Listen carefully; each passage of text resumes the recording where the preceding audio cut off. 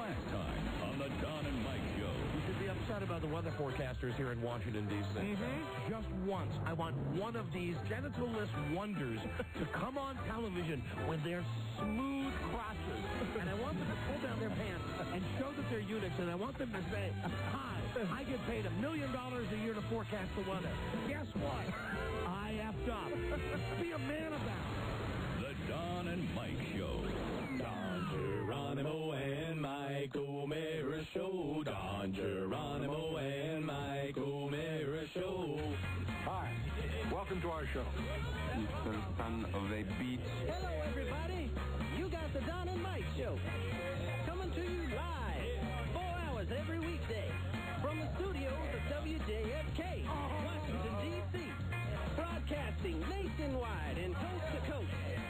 You can call Don and Mike anytime for free at 877-365-3636. That's right. But turn your radio down. That's Not right. do what you do call. That's right. No call to play the name game. No calls to rape women. Don't ask when they're coming to your town. Oh, weird And stuff. don't call telling jokes. That's right. The Don and Mike Show. Do the letters F-O mean anything to you? The Don and Mike Show. You can get it. Oh, really? Move to your left. Move to your right. The Don and Mike Show. The best thing you're gonna find. The Don and Mike Show. What? On your radio. What? Get into it. The Don and Mike Show. You can call Don and Mike anytime, toll free at 1-877-365-3636. That's 1-877-365-3636. They're ready to believe you. Everybody loves Don and Mike. It's the Don and Mike Show, and they'll say what they wish. Where else would you rather be than right here, right now? Ladies and gentlemen, here he is. Coach of the number one ranked Oklahoma Sooners. You may know him as Coach. I know him simply as Bill Hochberg. Ladies and gentlemen, please welcome Rob Spiewak. Take it away, Rob. I'm Rob A. Rob Spiewak from the Don and Mike Show on WJFK, and I want to know, are you ready to help our team do a big win over the Giants today? What do you say, fans? What do you say, fans? What do you say, fans? You know, Phil called me this morning. Really? He said he had a question. It was burning on his mind. He had to ask me. He said, Rob, he said, dude, where's my car? Good afternoon. I screwed it up. I'm sorry. I'm so sleepy.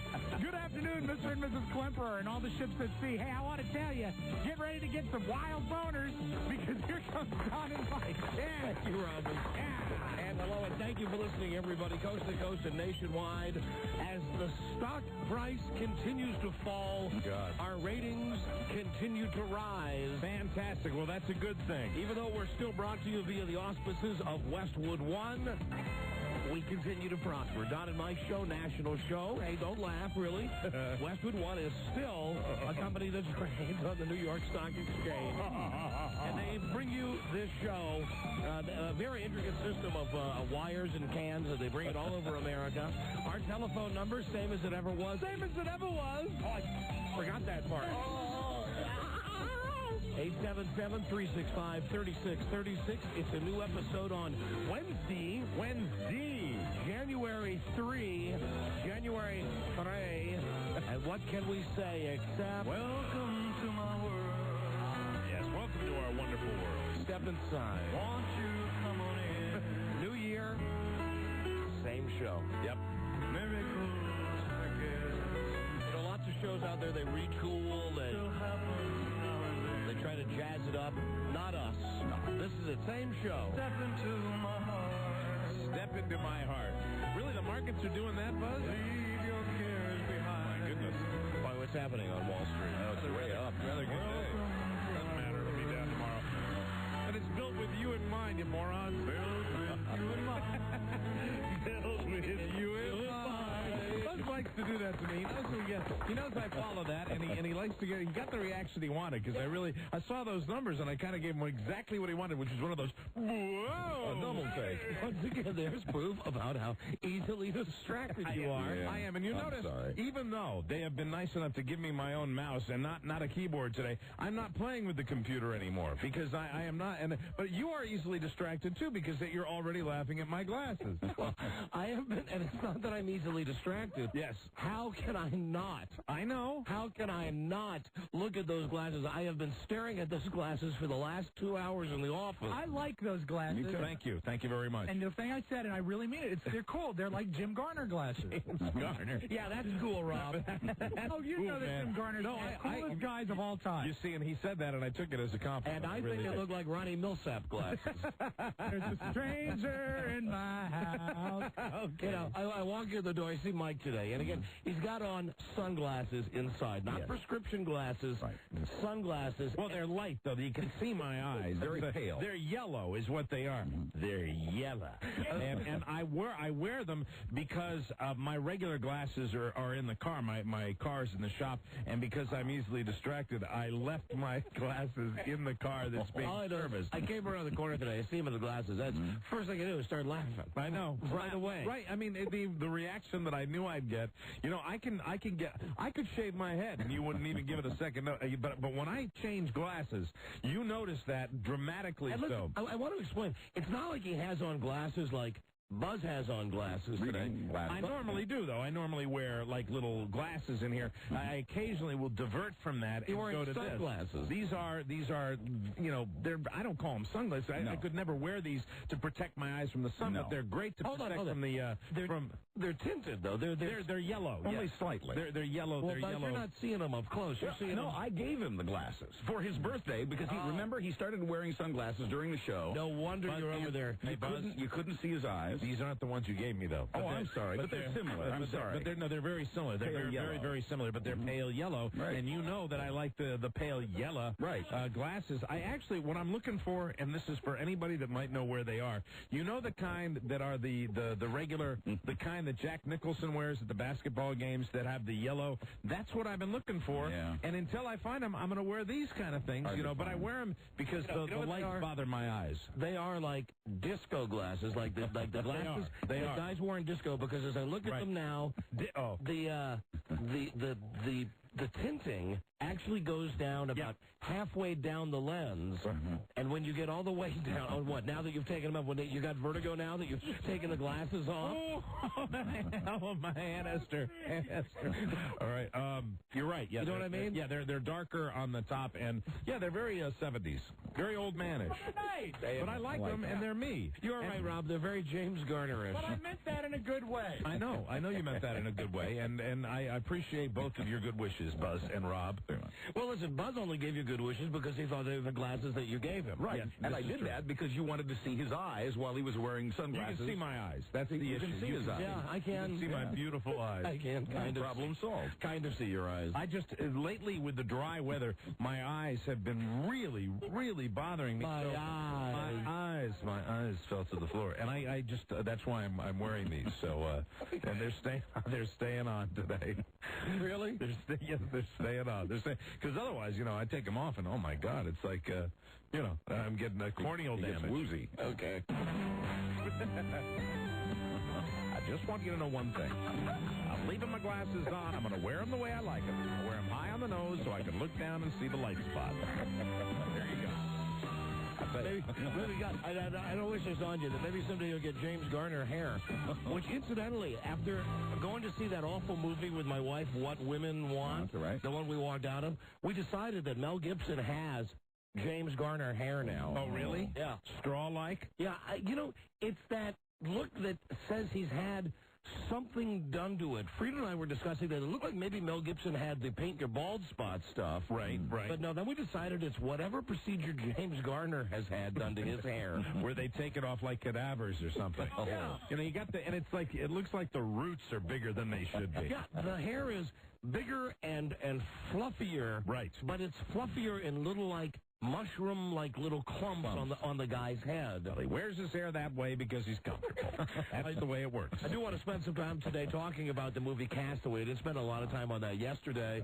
Also, had more thoughts about what women want. I just want to tell you something. We're not going to do on this show, and I've heard every station in town doing this thus far, and all across America, you're going to hear this line of bull crap from your local radio stations where they'll come on and they'll go, Q107, the People's Station.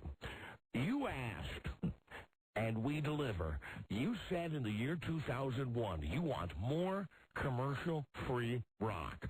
So we're delivering with commercial-free hours. Now, I want to tell you why the stations are suddenly coming on now with... Yes, explain this. Commercial-free hours. Because otherwise they're going to get away with it. Yeah, because this is the time of year when nobody buys advertising. It's like all the stations shoot their wad from Halloween until Christmas. Right. Yeah, anybody that follows anything in the markets knows that retail, the biggest month of retail is leading up to Christmas. I mean, really, it's like 2/3 of their year, and it's the same way with their advertising budgets. That's when they have their big push, and after that, there's not a lot to go around, not a lot in the cookie jar.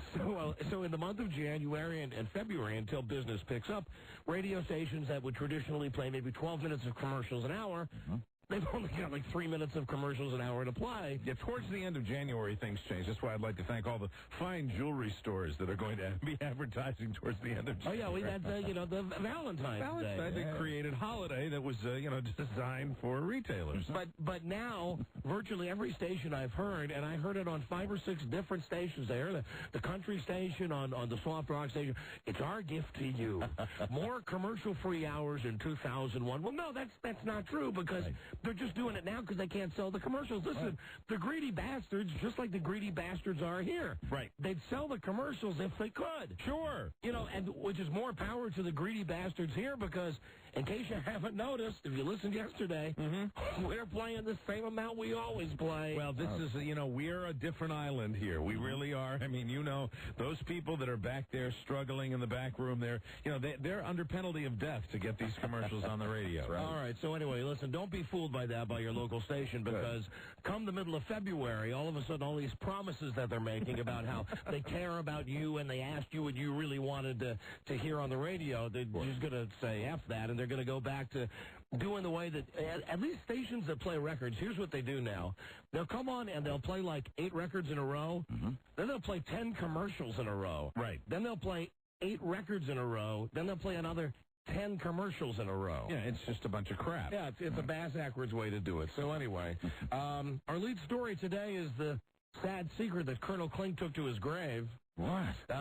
Werner Klemperer. Oh, this is from the tabloid buzz. It's not a real secret, but we can pretend. I brought it to you because it's such BS.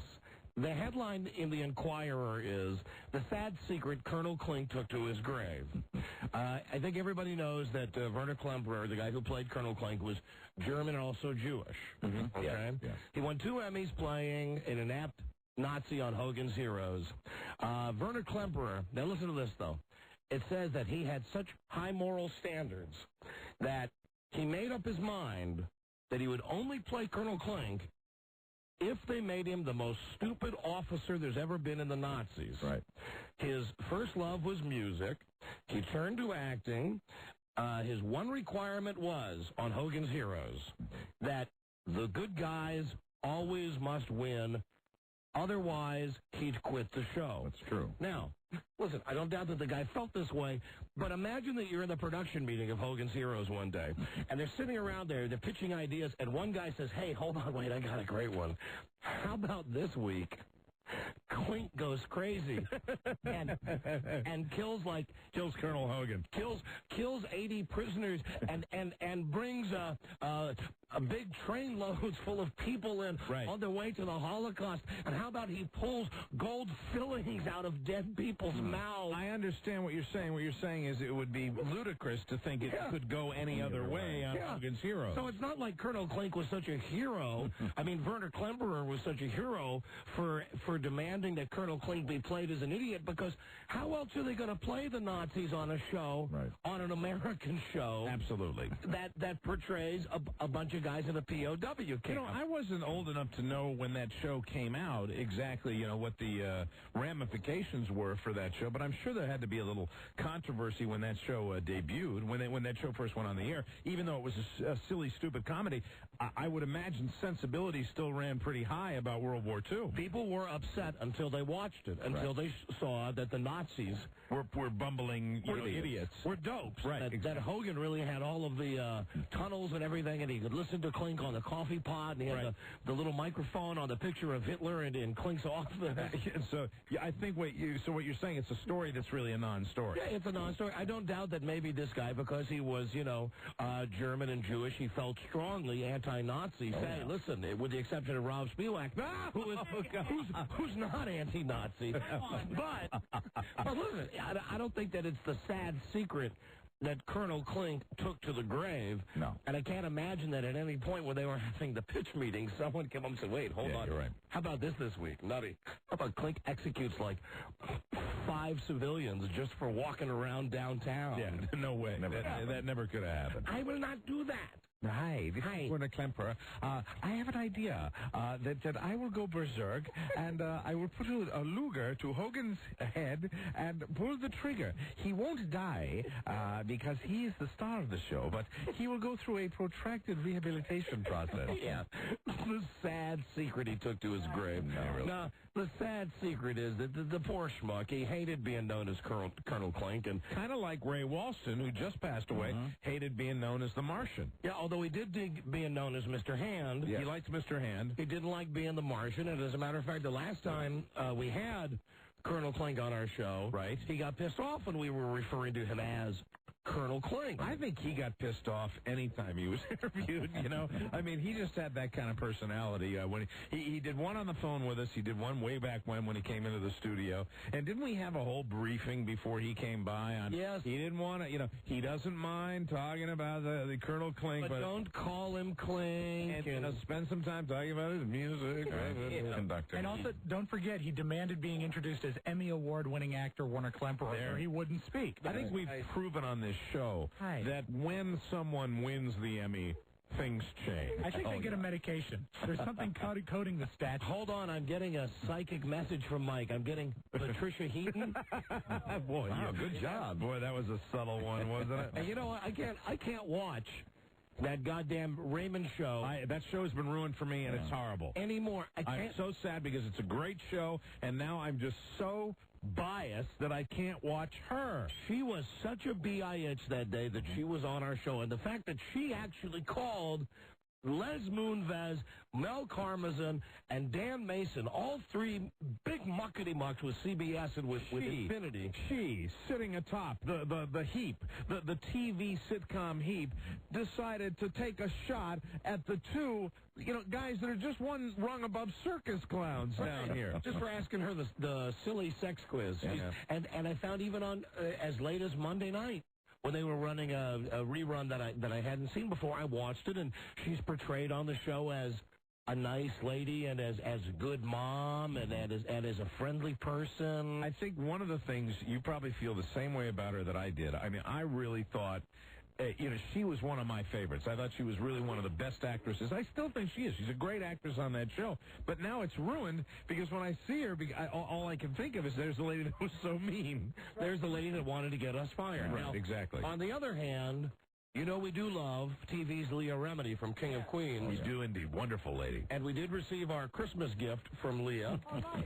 And it's a card addressed to all of us. And it says, know what this is, has a snowflake on front, and it says, Frosty the Snowman's baby picture. But then she writes, Dear Charlie, Don, Mike, Rob, and Buzz, please note that she addresses it to Charlie first. Fascinating that she does choose to put him in the front. Just a little something I'd like to see you all in. I would appreciate you guys picking the one you like and taking a picture for me. Merry Christmas. Love, Leah. And what she has sent are underpants. Okay. She has sent each of us a pair of Joe Boxer. Joe Boxer. Some of them are silk. Here's one that's got a cow print on it. Here's one that's got lions and tigers. Here's one that's got smiley faces. Here's one that says "My Ding-a-ling" that actually has little bells down by the crotch area. Very festive. Listen, Leah, speaking for everybody, at least in this room, not a friggin' chance. No, we're not going to pose in those. What we are going to do is buy Leah some underwear and send it to her and tell her that if she would like to take a picture of her in the underwear and send it to us, then we would be glad to return the favor and send the picture to her. It's a magnificent challenge. Okay? Because absolutely no way. Has anyone gone over to Victoria's Secret to pick out her outfit yet? Something nice and silky. Yeah, like those new commercials they're running at Victoria's. Those new commercials are fantastic. Yeah, they get better and better. They're not commercials for underwear. They're commercials for breasts. Boobs. Yeah, big, beautiful boobs. Titanic orbs of fun flesh. God damn, I love those Victoria's Secret commercials.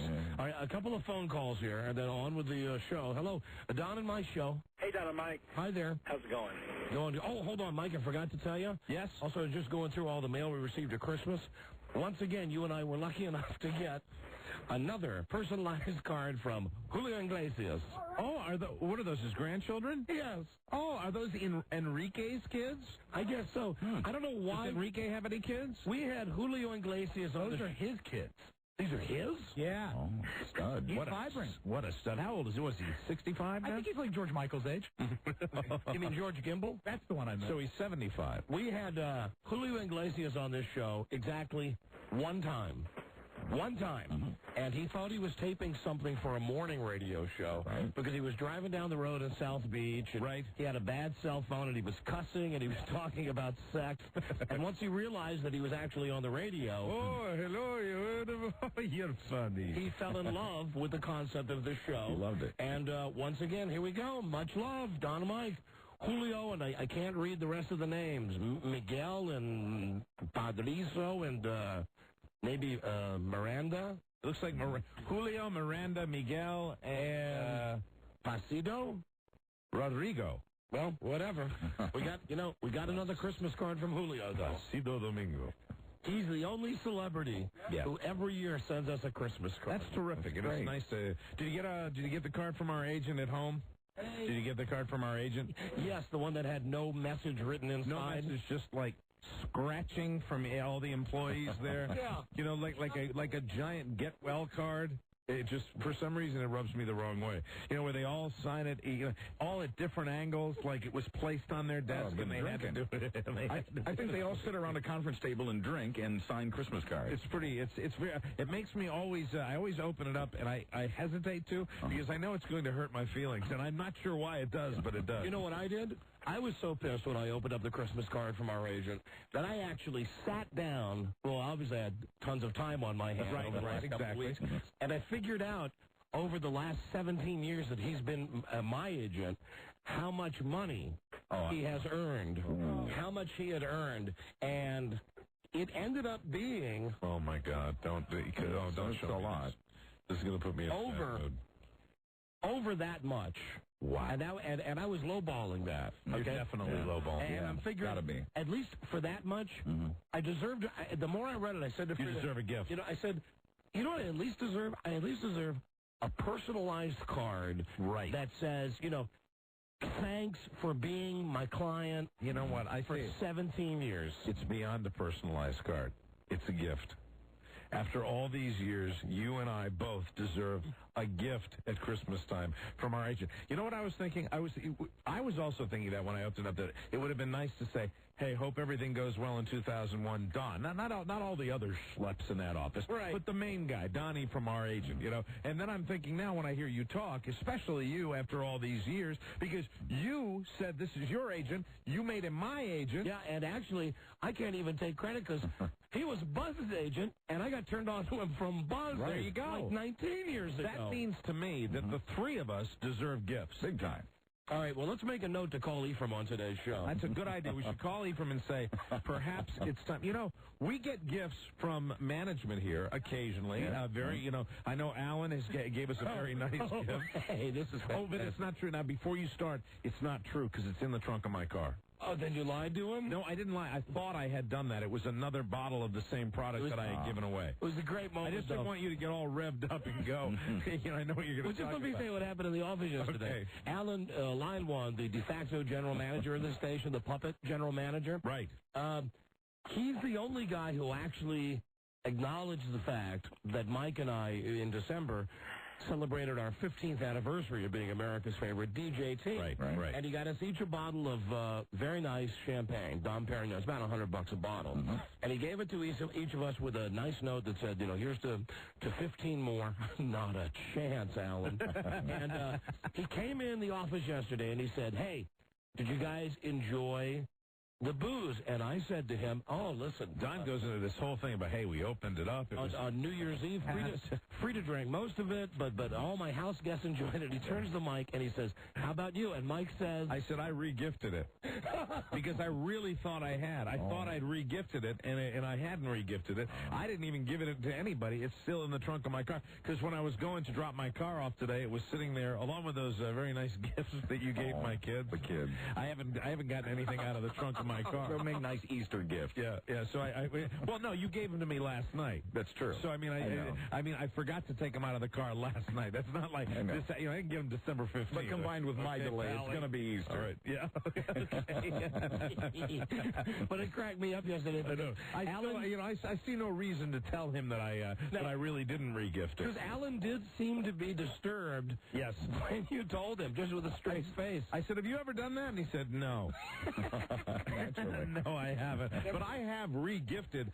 I've probably re-gifted booze more than any other gift. Because, when you get a lot of booze, and I do at my house, you re-gift it occasionally. You really do. All right, I wrote myself a note. We'll call Ephraim. Very good. We'll do that very shortly. Say, where's our friggin' gift? And I think we should indicate that, we're not looking for a bottle of booze or something. Yeah, or a pen and pencil set. No, we're looking for something valuable. Hello. Hello, Don and Mike show. With socks. Hi.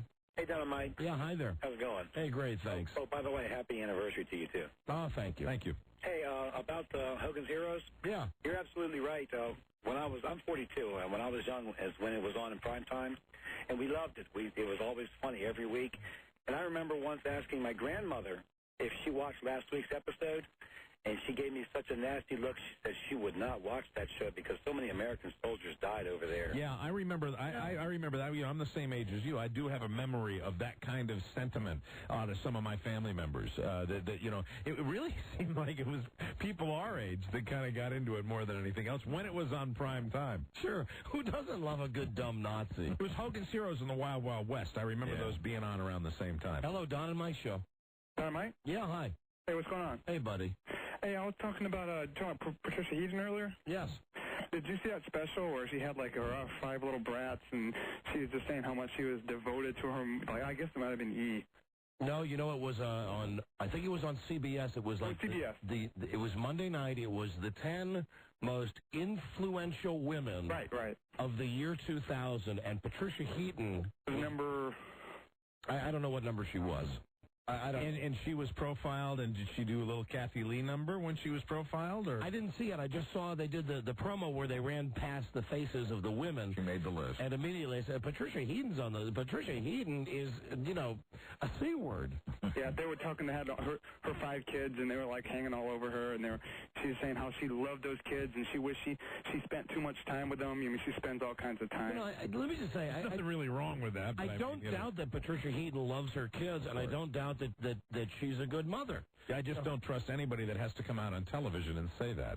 And the fact that she was on this show, and she was such a bitch on this show, not to mention the fact that she, above and beyond the call, not only was she upset about the appearance on the show, she actually called the Monkey Mugs at CBS to try to get us canned. Yeah, this is someone who had also been on the show the year before, or 2 years before, and really that's what we really felt kind of blindsided, because even during the segment itself, we made it pretty clear to her what kind of questions we were going to be asking, and that's why we felt totally torpedoed. And I didn't know that you would be. I thought you'd be able to watch that show. I can't watch that show anymore, and I feel horrible about that. I'm afraid of the whole Monday lineup on CBS now. It just bugs me. Sitcom. I've soured on sitcoms because of that experience. Well, you're not soured on Leah. No, not Leah. And Leah would be the only one, though. I think Kevin's coming on the show later this week to promote whatever. You know, poor Kevin James.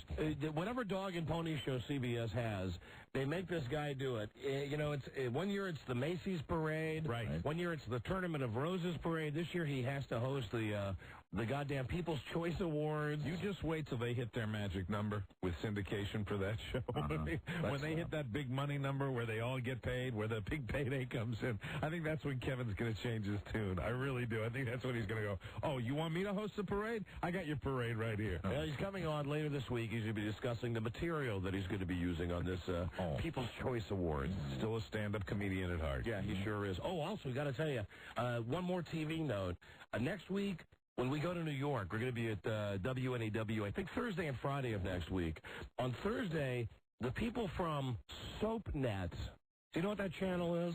Yeah, I mean, don't they recap soap operas in the evening or something like that? They run old ones all day long. They run old ones? And they run the new ones at nighttime. Right. I mean, it's one of the few... What they do. They run the whole soap opera at night. It's one of the few channels that I don't buy on DirecTV. They're going to come in to the studio next week and do a feature on you and I and the fact that we love One Life to Live. Oh, wow. And they want to tape us... Watching One Life to Live? Watching One Life to Live to get our comments. Well, that's fantastic, but up in New York, we don't have any place to watch One Life to Live. Well, yes, we do in the studio. What they're going to do is tape it. They're going to tape the show and then bring a VCR and a big screen TV into the studio. And just get our comments. At NEW, and we're actually going to be able to spend an hour of the show watching the soap opera, and they want us to comment exactly as we would up in the office when we watched the show. Oh, my God. That's what, I mean, without the profanity. Yes, very good. Well, I'll look forward to it. We had a wonderful moment today watching Linda Dano with her Rod Stewart haircut and her troweled-on eye makeup. And don't forget her big fish mouth. Yes, her unbelievably big fish mouth. So is it going to be like Mystery Science Theater 3000? They're going to run the clip with your commentary in the background? Or is it just going to be a feature of you watching it? Or no, it's going to be? What it is apparently, here's how this was explained to me, that what they've done is they found an NBA basketball player who watches one of these shows every day. Okay. They found some guy who's like a U.S. Marshal. They're looking for the straight stuff is what they're looking for. Right. They're looking for people that like the show and are really concerned about the plot. I was thinking today of what would happen in the office. The funniest thing would not be airable in any way when we were talking about Bo kissing that blonde lady, and we were talking about Bo having a boner. That was true quality as far as I was. On this show, One Life to Live, Bo Buchanan gave his girlfriend, his fiancée, he gave her a gift. And it was a gift to signify each of the five senses. Like he gave her flowers, and she said, oh, that's for smell. Right. And then he gave her a bottle of champagne, and she said, oh, that must be for sound, for the popping of the champagne cork. I said to Mike, when they get to taste, he's going to grab her head, pull her head down to his crotch and say, hey, taste this. Taste my wiener.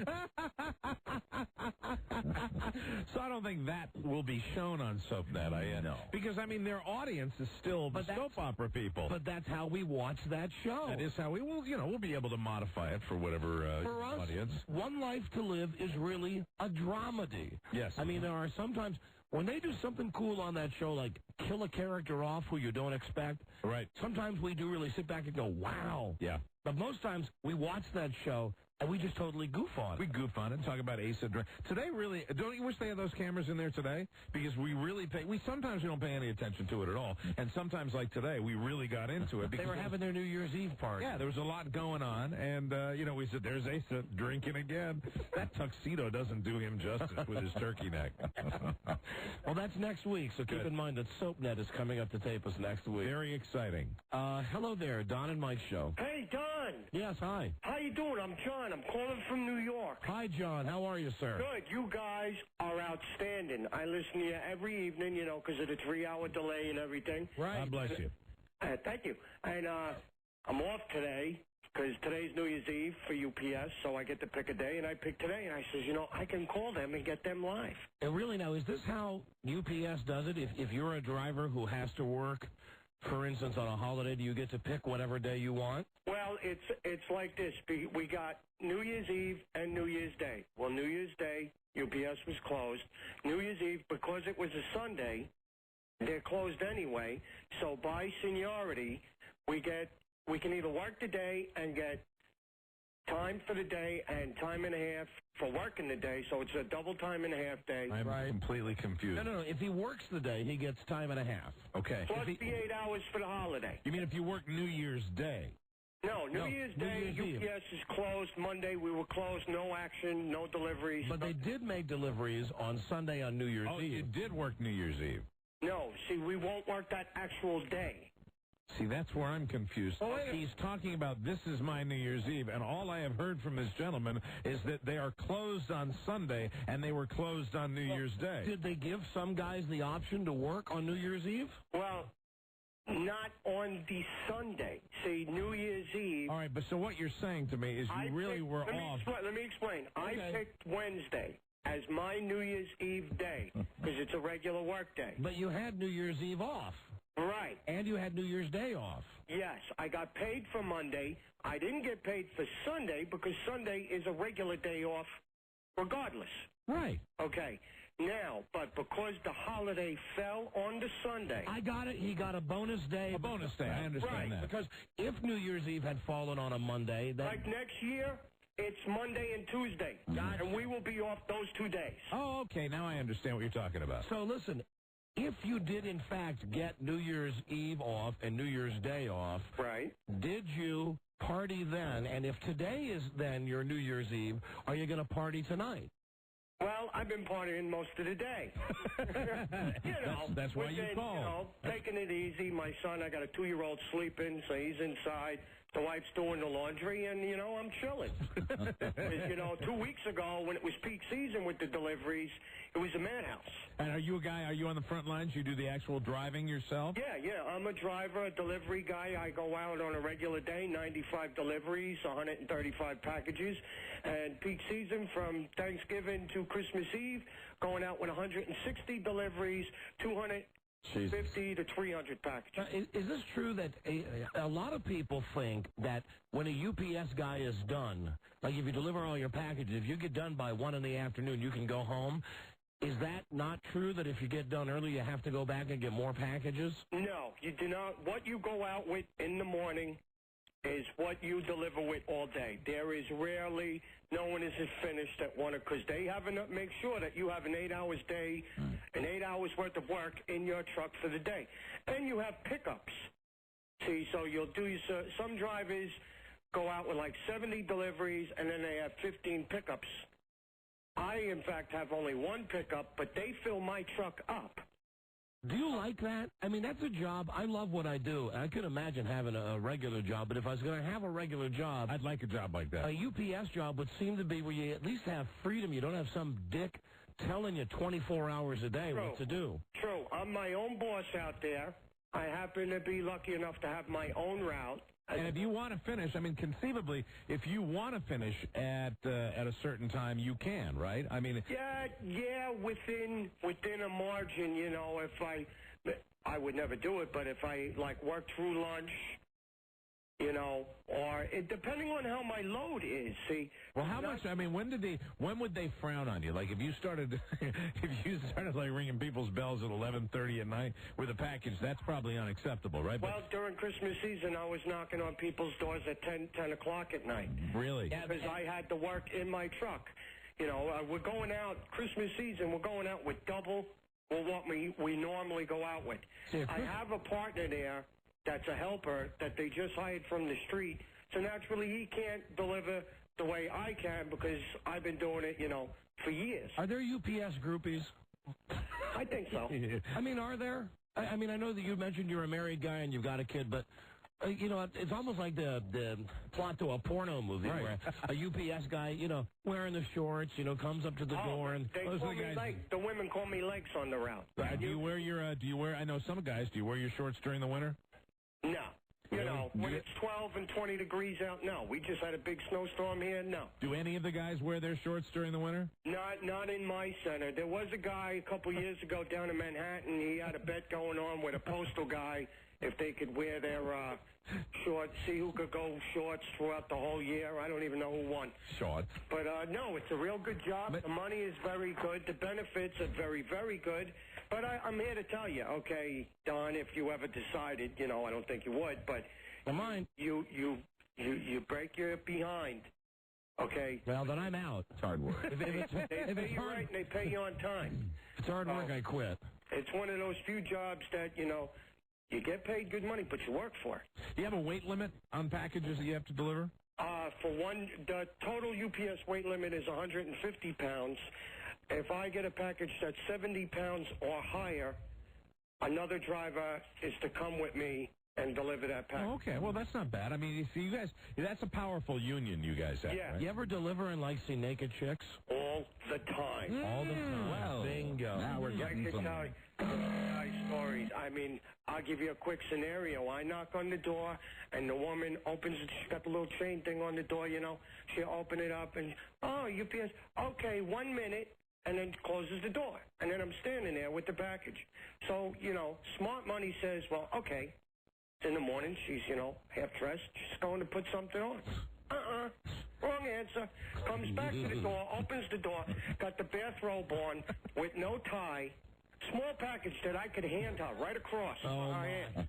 Please put it down. Ooh. Okay. Well, don't you want it? No, put it down. I put it down. She leans over. I see everybody. Good. Thank you, John. Thank you for calling. Listen. Do you guys have T-shirts or anything that I can order? No. This company is too freaking cheap. We're totally cheap, but come and see us when we do our New York, Las Vegas style show. You're going to be doing it this time of the day? We do our live shows at nighttime, so just keep listening to NEW. We're coming up there soon. Cool. Thank you, Don and Mike. Right. You guys you're very cool. Thank you, John. All right, bye. Bye-bye. Great guy. I see everybody. God damn, I hate the tape delay. I truly do, because I would love to be able to talk to more people from goddamn New York City. Absolutely. I really would. You think that they could, I don't want to get in trouble or anything, you think that they could make a few moves now? I would think everything's fine. I don't know why.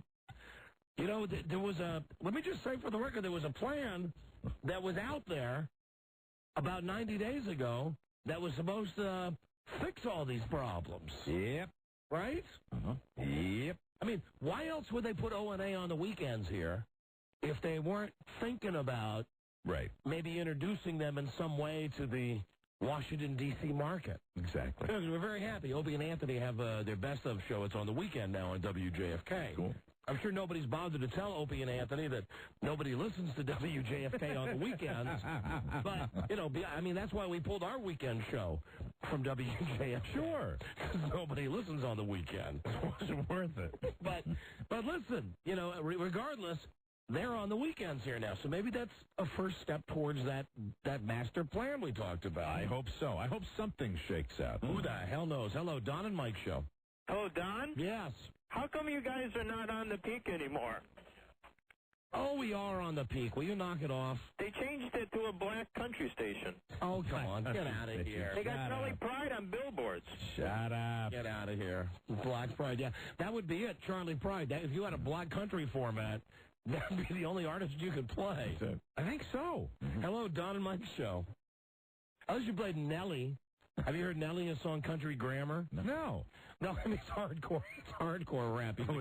He's the guy from St. Louis. Okay, all right. But the song is called Country Grammar. I think, to the best of my knowledge, the only black country artist is Charlie Pride. I think so. Hey, Robbie, right? find me Nelly in here. All right. I want to play Nelly for a second. Hello, Don and Mike Show.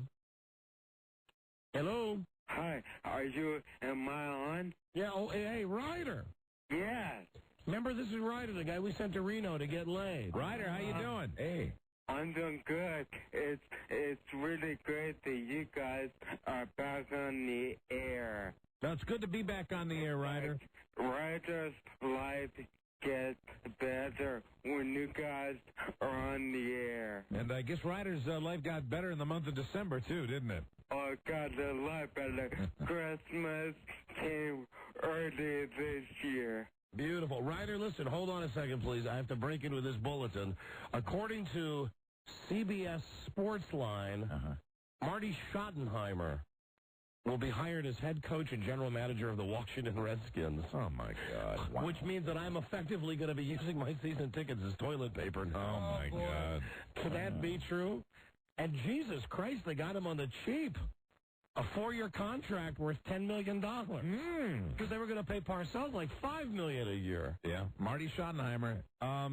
They like the names, don't they? If you've got a name, you're okay. You know, there's a reason that Marty Schottenheimer is not coaching and that he's sitting in a TV room all the time. Yeah. There's a reason for that. I think he'll relate well to the players. Sportsline.com has learned through league and team sources that former Kansas City and Cleveland head coach Marty Schottenheimer will be hired as coach and general manager of the Washington Redskins. Well, listen, if you happen to be listening, Marty, here's all you got to do to keep that job, okay? First, purse your lips, purse them together like this, and then go up and find Dan Snyder's ass, and then put those lips right in between those ass cheeks. And I mean suck. Don't kiss that ass. Suck that ass. Right. And you'll keep that job at least through next season. Well, there's always Pepper. No, Pepper Johnson. Or is it Pepper Rogers? No, Pepper Johnson was Angie Dickinson on Police Woman. Isn't Pepper Johnson the football player who played for the Giants? Yeah, and hold on, there was a third Pepper also. Yes, it was Pepper Johnson for the Giants. Pepper Police Woman. Pepper Rogers, the old football guy, and I don't know who the Pepper was, what her last name was on goddamn Angie Dickinson. It was just Pepper. You used to call her Pepper, that guy that looked like Chuck McClure. You going to look it up, Rob? Okay. You never heard this? This is Nelly, Country Grammar. I have this in my car.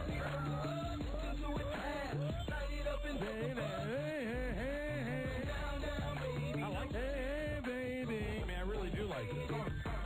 In the video, they wear, like, Rams jerseys and St. Louis Cardinals jerseys. Hey, baby. Nelly ever performed this when she was on Little House? Wrong Nelly, Rob. Oh, my fault. Oh, Nelly. I see Keith Jackson hasn't retired yet. Oh, Nelly. How about Nelly? Yesterday, the Crimson Tide of Alabama. Oh, Nelly. Oh, Nelly. And that's Nelly. The Country Grammar. That's his song.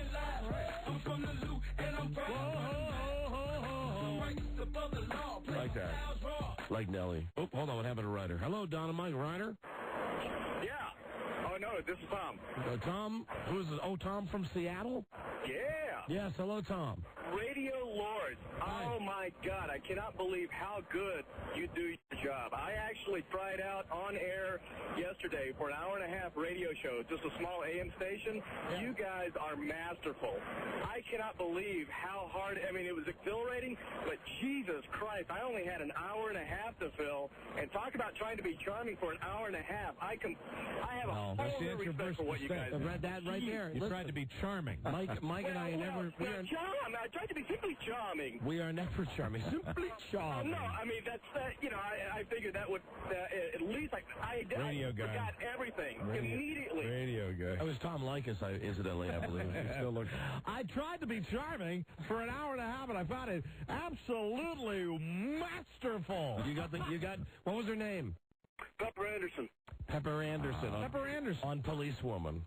I can't believe your man didn't come up with that quicker than I did. Yeah, Rob. Rob, you have anything to say to this? You haven't really spoken to our listeners very much since we came back from vacation. I'd like to say Happy New Year, Dick. There he is, Rob. My name's Donald, not Richard. Sorry. Rob's got a little lower energy than he normally has due to the baby and all. Rob Streetwag, the listener's friend. Hey, Ryder? Yeah. All right, listen. I'm right here. We got to do a break. Glad you're doing okay. Don't be a stranger. Call back anytime. Okay, great. Okay. Bye. All right, there he goes. There's Ryder. Listen, we really got to get a break in here. An action-packed first segment it was. Yeah, boy, it's incredible. Commercial-free. Lots of stuff, and good luck, Marty Schottenheimer. I am so excited. Marty Schmuckenheimer. We'll start today's show with a Call 100 and your chance to win $500 with a secret song. Yeah, that's right. Secret song for year 2001. Phone number 877-365-3636. We got Marty Schottenheimer.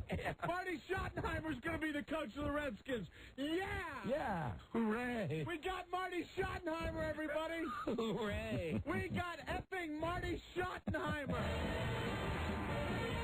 2 words come to mind, Mike. What's up, guys? Super Bowl. We're going to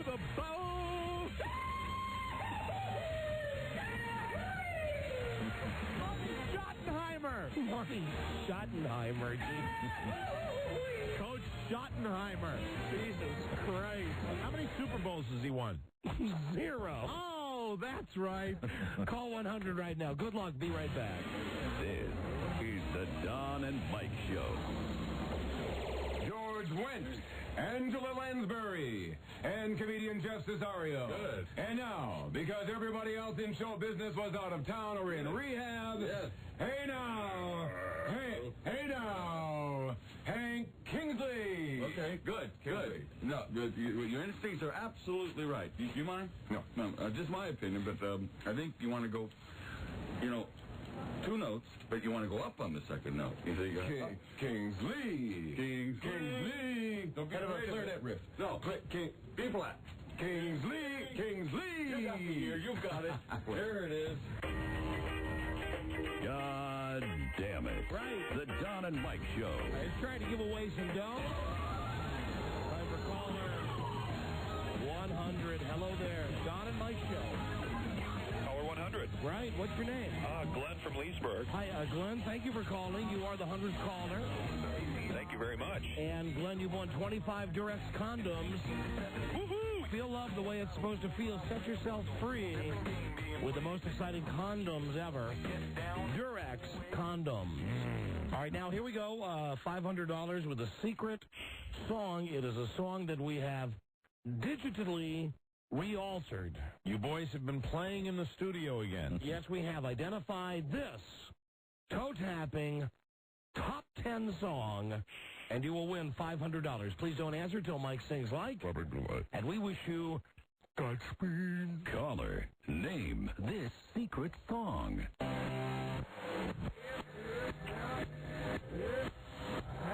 And there it is. God, I love that song. That's a great song. I sing it all the time. And if you can identify it, you win 500 bones. And the odds are in my favor. Oh, yes. Yes. What's the song? How about I Can't Get Enough of Your Love by Bad Company? Would you please repeat that? I can't get enough of your love. Rob? Hey! Wow! Hey, fantastic. Rob. I like Rob when he nodded at you like he's the worst thing that could possibly happen to his day. Yeah. Don't worry, we'll get you on the next one. Get the next one. How'd you get it? The opening guitar chord sounded just like, that's the first thing that came into my head. Yep, here it is again. Listen now.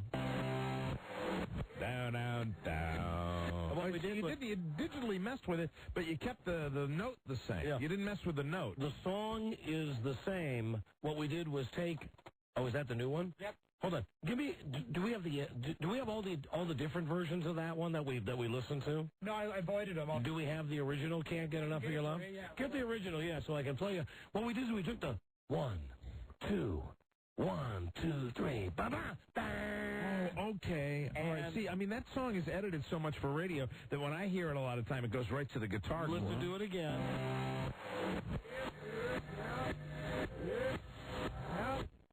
See, we knew someone would get it, though, based on that. Because I got it right away. Down, down. Hey, way to go. Hey, thanks a lot, guys. You have won the first $500 of the year from the show. Thank you, my friend. Hey, thanks again. Congratulations, way to sir. go. Now, you didn't have to tape it and play it back or anything? Oh, no. I got it the first time I heard it, and this is my first chance to get through to you. Now, you got a lot of them, too, right? Rob did them and then played them for you, and you got a lot of them? I think of the ones he played me about 10. I bet you'd get like 6 out of the 10. Oh, really? I think, Buzz, you'd get 6 out of the 10. But what I don't know is if you guys would get as many as that, and if I got as many as I got, because we've heard the goddamn songs so many times. Right. Oh, this is neat. I like this. Yeah. I like this idea. So we played them so many times. And using the count is a great idea. Tricky. But this guy did it. He got it. He processed it. Yeah, We'll F you up good on the next one, though. Good. The next one won't be as easy. All right, here's the original song that we used. Hold on. Cut 7. Cut 7? Gotcha. The original Bad Company. Bad Company, Mom. If you please. Bad Company. on the station that really rocks, man.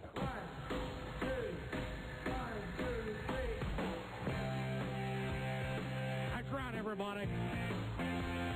Good afternoon.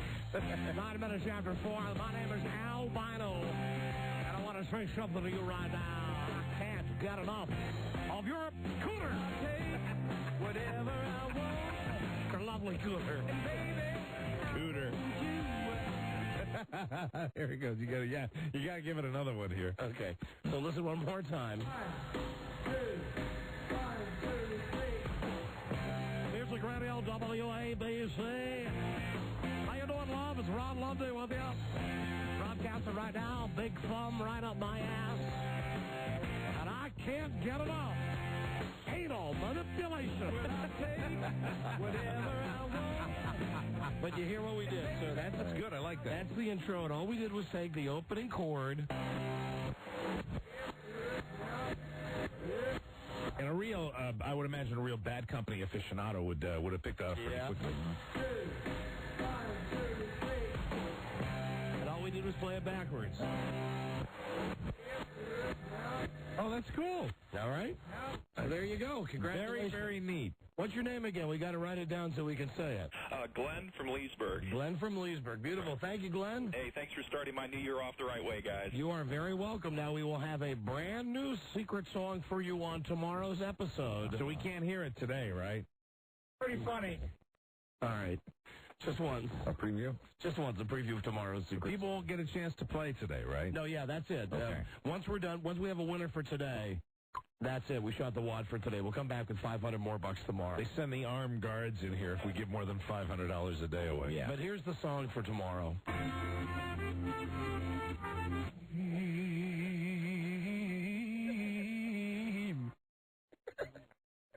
Oh, my God. that is so cool. Totally twisted. There are like a million songs. You know what I like about this one? There are a million songs going through my head right now. Again, toe tapping, top 10 hit. Okay. And we will start that contest tomorrow. Congratulations, Glenn, who won the money. Good job. Jesus Christ, that's something. Okay. You know, I'm easily distracted, right? Now that song is on my brain. Oh, you're going to write down what you think it is already? I'm just still trying to get to it. I know what it is. Hello? I'm trying to get to it. Don and Mike Show. Yo, what's up, Don and Mike? Yo, you think you know what, Buzz? What? No, not really. This would be my guess. My first guess would be Country Grammar Yeah, by that's Nelly. my first. No, it's not Country Okay. Grammar by Nelly. Oh, Hello, what can we do for you? I just bit a nigga. Hey, BN, listen, I thought you were going to be LBN.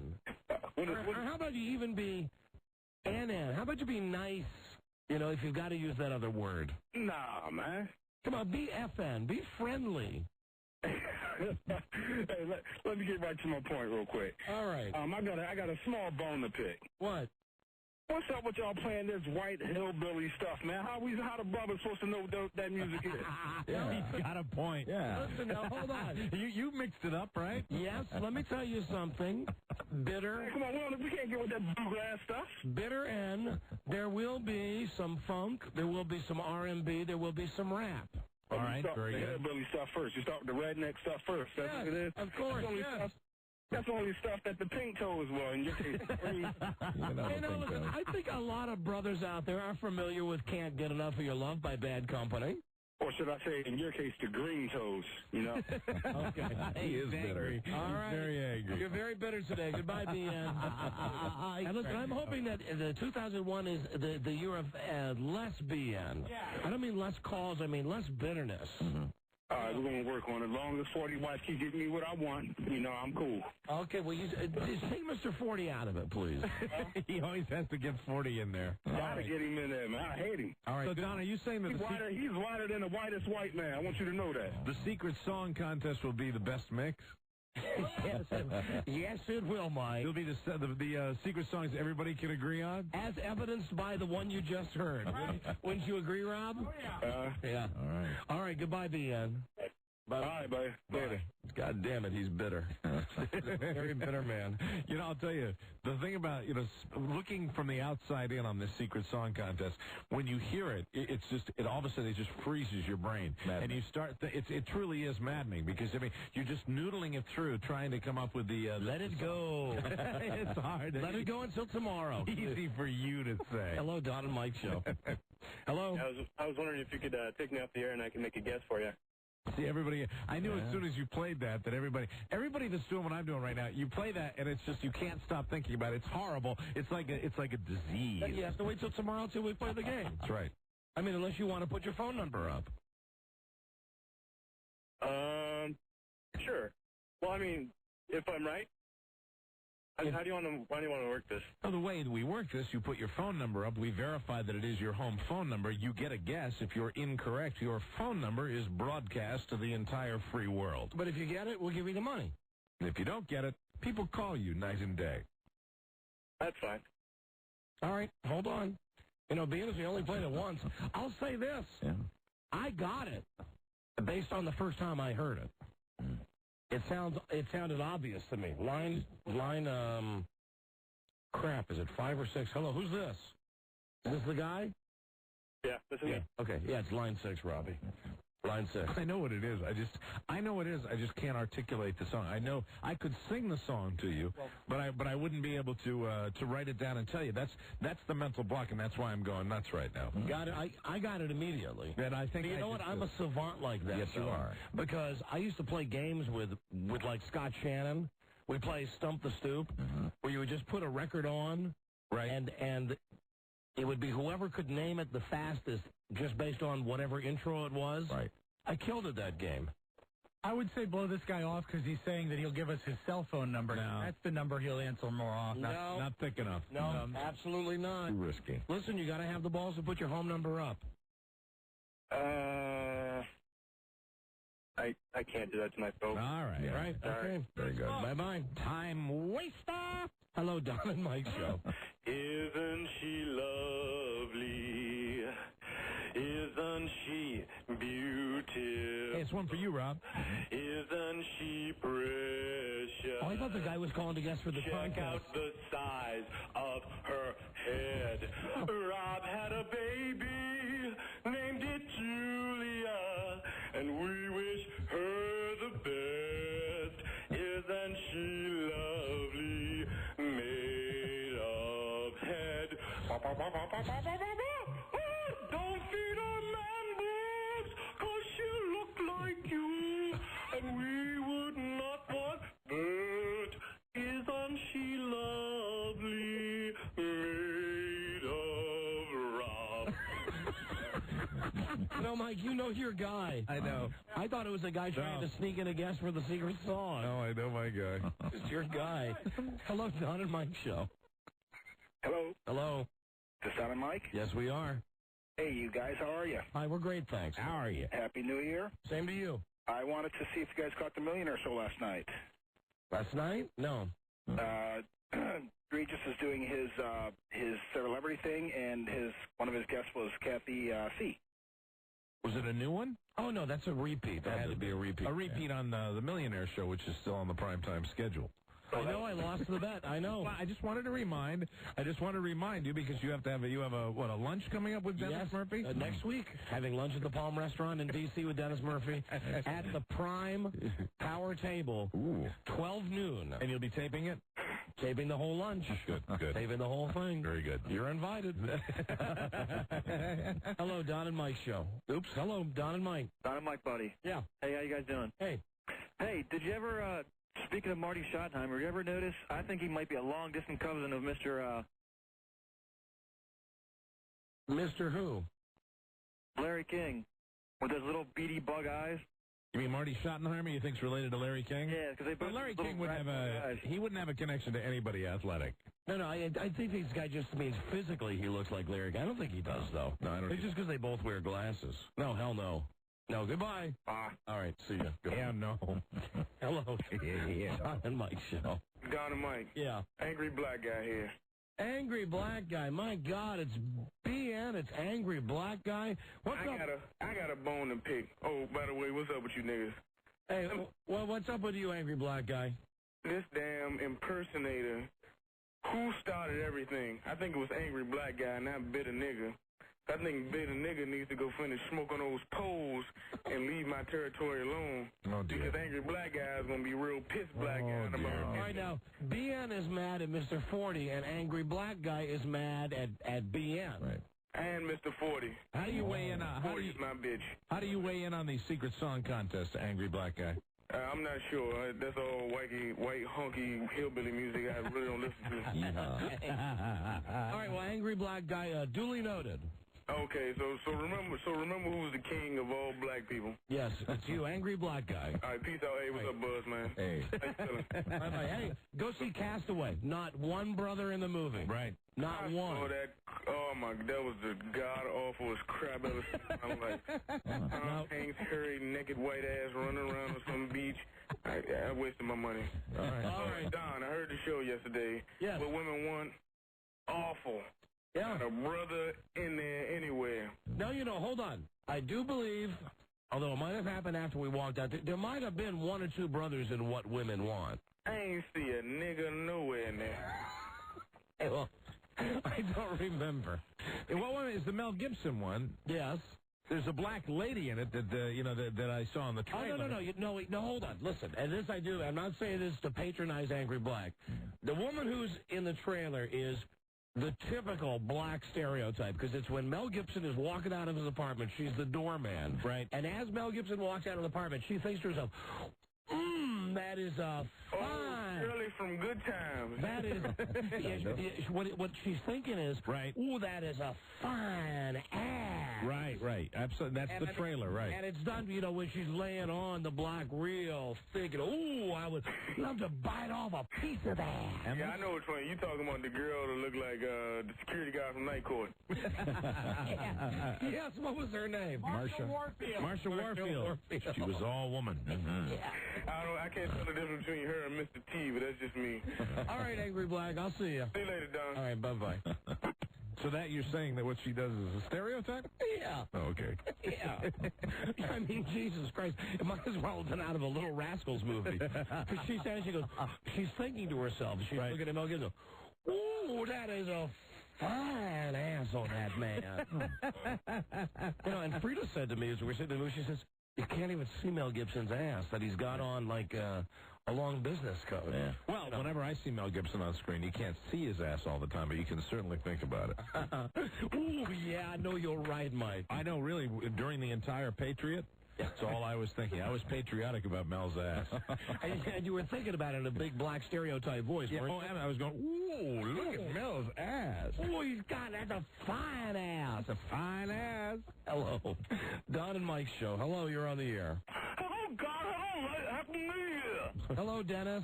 So, I didn't hear. When am I going to lunch with you? Dennis, we are going to lunch next week. I'm not sure of the date yet. It'll either be Tuesday or Wednesday. Okay, and after lunch, I'll just come in with your Christmas present. All right, that's fine. Fair enough, Dennis. That's fine. Dennis, Charlie will call you and set it up. But you and I, Power Table, Palm Restaurant, next Tuesday or Wednesday to pay off my millionaire. And no better day to get those Christmas presents than January 10th, Dennis. I'm sorry, Mike. All right, Dennis. Of course you are. Hey, Don? Yeah. Could you remember that house explosion on Monday? Silver Spring, yes. I was 10 houses away. Were you really? Were you in your house when it happened? Yeah, I was sleeping, and the vibration was so bad that, I saw a key hit the house, but it was unbelievable. That house is disintegrated. For those of you around the country who don't know, the big story in D.C. was on Monday, on New Year's Day, a house, for whatever reason, natural gas, whatever. Right. Huge explosion. The house friggin' blew up. I mean, obliterated the house. Blew up into 1 million pieces. And as bad as that family must be feeling now because there was 2 people in the house, imagine how doubly bad they're going to feel when they know that Dennis Murphy is their neighbor. Just 10 houses away, and he survived. Actually, Beverly Book interviewed me, but apparently I didn't make the final cut. That's a shocker. I can't imagine that. How was Beverly to talk to, Dennis? Oh, Beverly was wonderful, but I don't think she could understand me. I think Beverly Burke probably caused that blast when she let go one of her giant farts. Vaporized the house. All right, goodbye, Dennis. Guess what happened to me Friday night?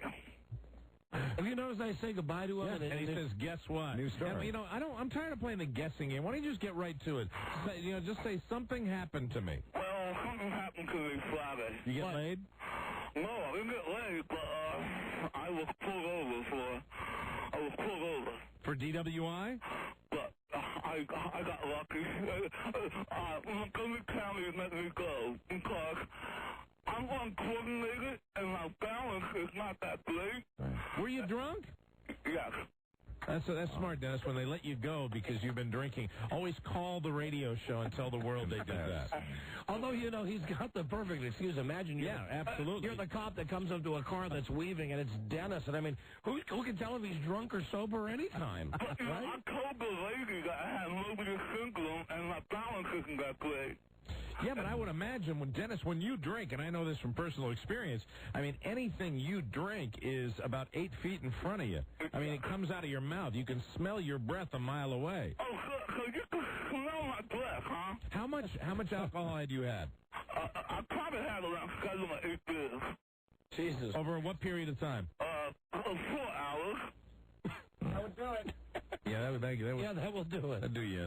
That will do it. Well, I think your good luck may be running out, Dennis, with this phone call. But thank you, Montgomery County. I will owe you forever. And they really, Dennis, trust me, officers of the law really appreciate it when you broadcast the fact that they let a drunk driver go. I guarantee the next time you're pulled over for speeding, you will not get off with just a written warning. No. What happened was... If you jaywalk in Montgomery County, they're going to put you in jail I overnight. had to park my car. They told me to take a taxi or get a ride home. Oh, they did? You know what? All right, so they took you off the street. Maybe they just had like 1 million drunk drivers, and they just got tired of putting them in jail, and they just said, listen. Well, that's good. Then they did their job. That's good. Yeah. I'm glad you mentioned that, Dennis. Yeah.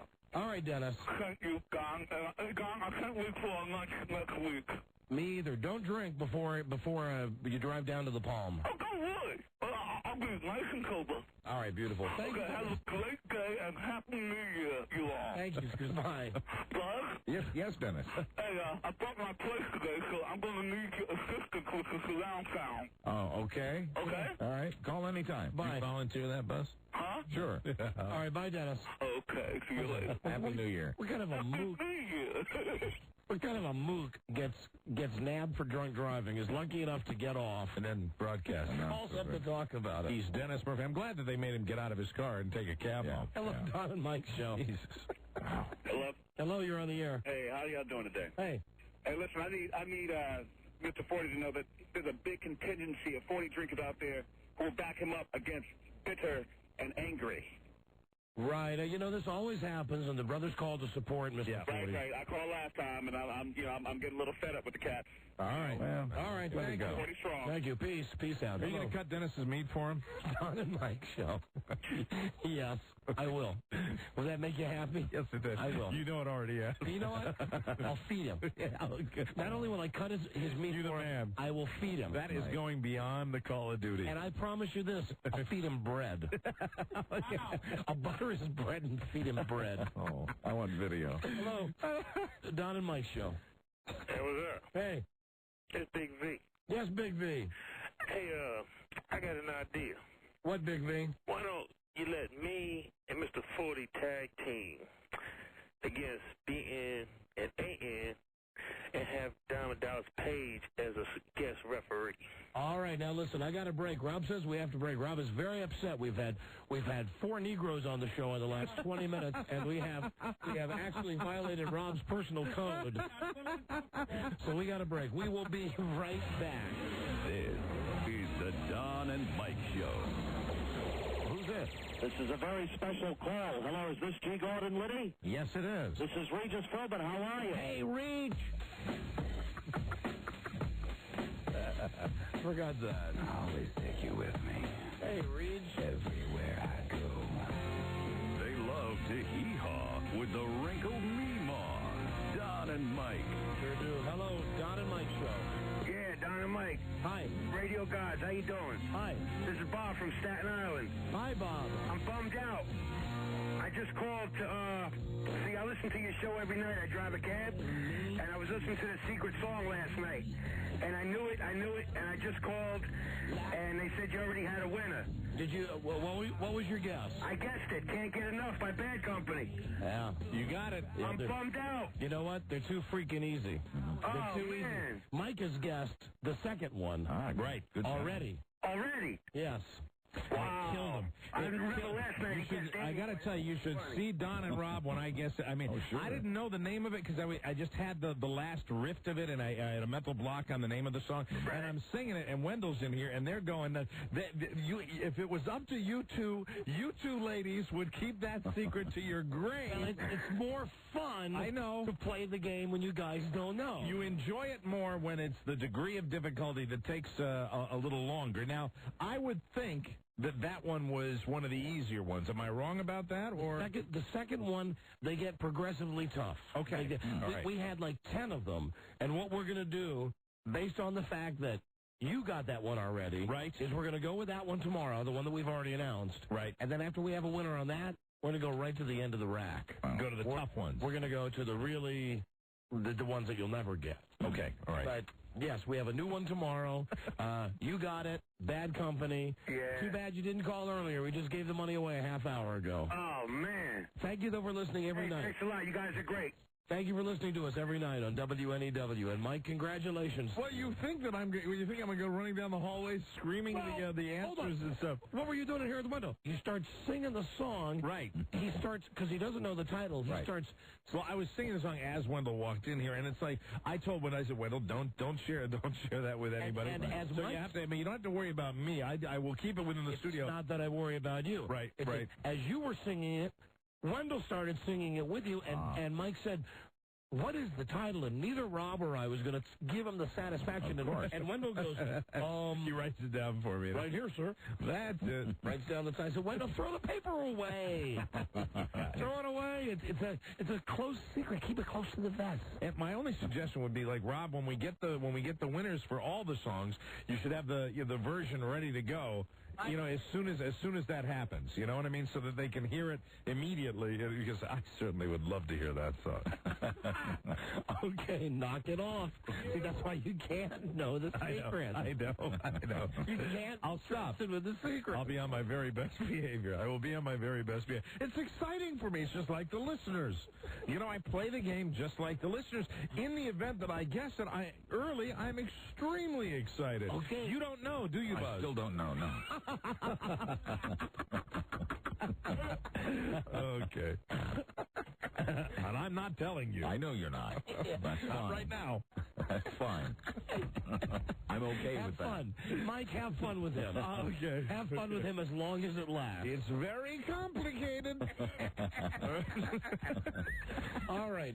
Time out. Before, I know we have more phone calls, but I want to get one thing cleared up that happened here at the station while we were on vacation. And I have to do this quickly because Stossel's coming in. And not only do we have jail mail today for Stossel and his movies, he's actually now being sent parcels. He received a box today from an inmate. That's a little dicey. Here's, in a nutshell, what happened. And again, I know about this because, as I mentioned, while I was in the hospital, I spoke to Rob virtually every day on the telephone. Right. He was a great friend, called me all the time. Well, one time we were talking, and I was calling him equally to find out if the baby was coming out. One day I called him, and I said, any news on the baby? And he said, no, but guess what happened today at work? He said that the people upstairs at Advantage Title, the people that we share the building with, that they were having their Christmas party. And they had the omelet guy up there, the guy who makes omelets. Rob was excited about that. And they were going to have margaritas. Okay. And apparently some of the salespeople went upstairs to the second floor to the other office that we share this building with and started to have some beverages. This is, 2 days before Christmas? Is this when this was? It was the Friday before Christmas, I believe. Okay. I believe it was. So Christmas is on Monday. Right. This is on the Friday before Christmas. No, it was the Friday before Christmas. Okay, whatever. Either way, a week until Christmas. Right. Well, Steve Goldstein, I hate to say this about him, but Steve Goldstein, who gave away the the fun-sized candies at his house, right, went upstairs and said to the salespeople, what was the quote, Rob? It was, this is not what I expect from the number one sales staff. Right, and also I heard from more than one person, I should say, that he was a little almost welled up with tears because he didn't want to have to stop the fun. And he made everyone go back down to the... He was welled up with tears. That's what I heard, that he was, like, emotional in breaking up the party. So it was like, if you feel that bad, just let it go. It was like 4:30. And, you know, Brad... Right? He quit over it. I heard that. I didn't hear that he quit over that. I heard he quit, but that's the reason he quit? And everyone went downstairs except Tim and I believe Madonna. Wow. So can we get Steve Goldstein in here, please? Let's find out what happened. Because Jesus Christ, talk about being a Scrooge. It's the holidays. I mean, it's one thing to give away, and we kidded him about giving away fun-sized candies. That was a joke. He knew that was a joke. But I'd like to hear everybody's version of what happened. You know, this is a good old-fashioned station controversy. This is fantastic. What I heard was that, you know, some of the salespeople were upstairs having a drink Friday afternoon. So the people up at Advantage Title are having their, or whatever the new name of that company is, having their holiday party upstairs. And kind of a brunch thing? No, late afternoon. Late afternoon. They had the omelet guy and the margarita guy, and they invited people from the radio station to go upstairs and have a drink. That's very nice. Well, Steve went upstairs and apparently laid a speech on them where he said something along the lines of, this is the number one billing station in the market. You're professionals. I expect more from you. Put down your drinks and go back to work. There's money to be made. There's orders to be filled. We have avails on the log. It kills me to say this, but get out of here. Okay. Go back to work. So he did it in such a way, he wasn't a total a-hole. It was an a-hole move, perhaps, but he didn't do it. I mean, when Rob says, I don't understand the welling up with tears thing. That I'd not heard from anybody, but the stories that I heard were that he was just an a-hole. Really? Just that he was a boss who just came upstairs and said, hey, listen, what are you doing? It's, you know, there's still 20 minutes left in the business day. You could be, you know, making money for the radio station. Well, let's get to the bottom of this right now. Ladies and gentlemen, here he is, Steve Goldstein. Friend. Hello, Frankenstein. Now, have you heard any of this? The replay? We listened at all. This is wow. What, Rob? Is he lying, Rob? He's lying. The first thing he says is that he's swamped, he couldn't possibly get away, and then he says, hold it, let me listen for a second before I come in. So you did in the interest of valuable airtime, because, you know, people don't want to hear me, they want to hear you guys. They want to hear you, Steve. Your version of the story, 100% accurate. That you went upstairs. Absolutely. You said we're the number one biller. No, well, you know, I mean, semantics. You're the number one sales staff. I expect more of you. There's time left. Go out, fill orders, do your job. Absolutely. What an a-hole. Anybody have a problem with that? I was just applauding for fun. I couldn't help that. I liked it. What an a-hole you are. And Brad quit over this? Well, no, I don't think he quit over that. Why did he quit? It wouldn't be professional to comment on that.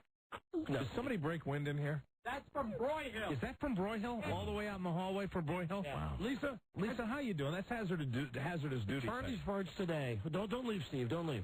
Steve, stay here. Don't go. It's for the good of the station. No, you guys. Okay, you can hear. I'm ill. I can't breathe. I couldn't taste my food.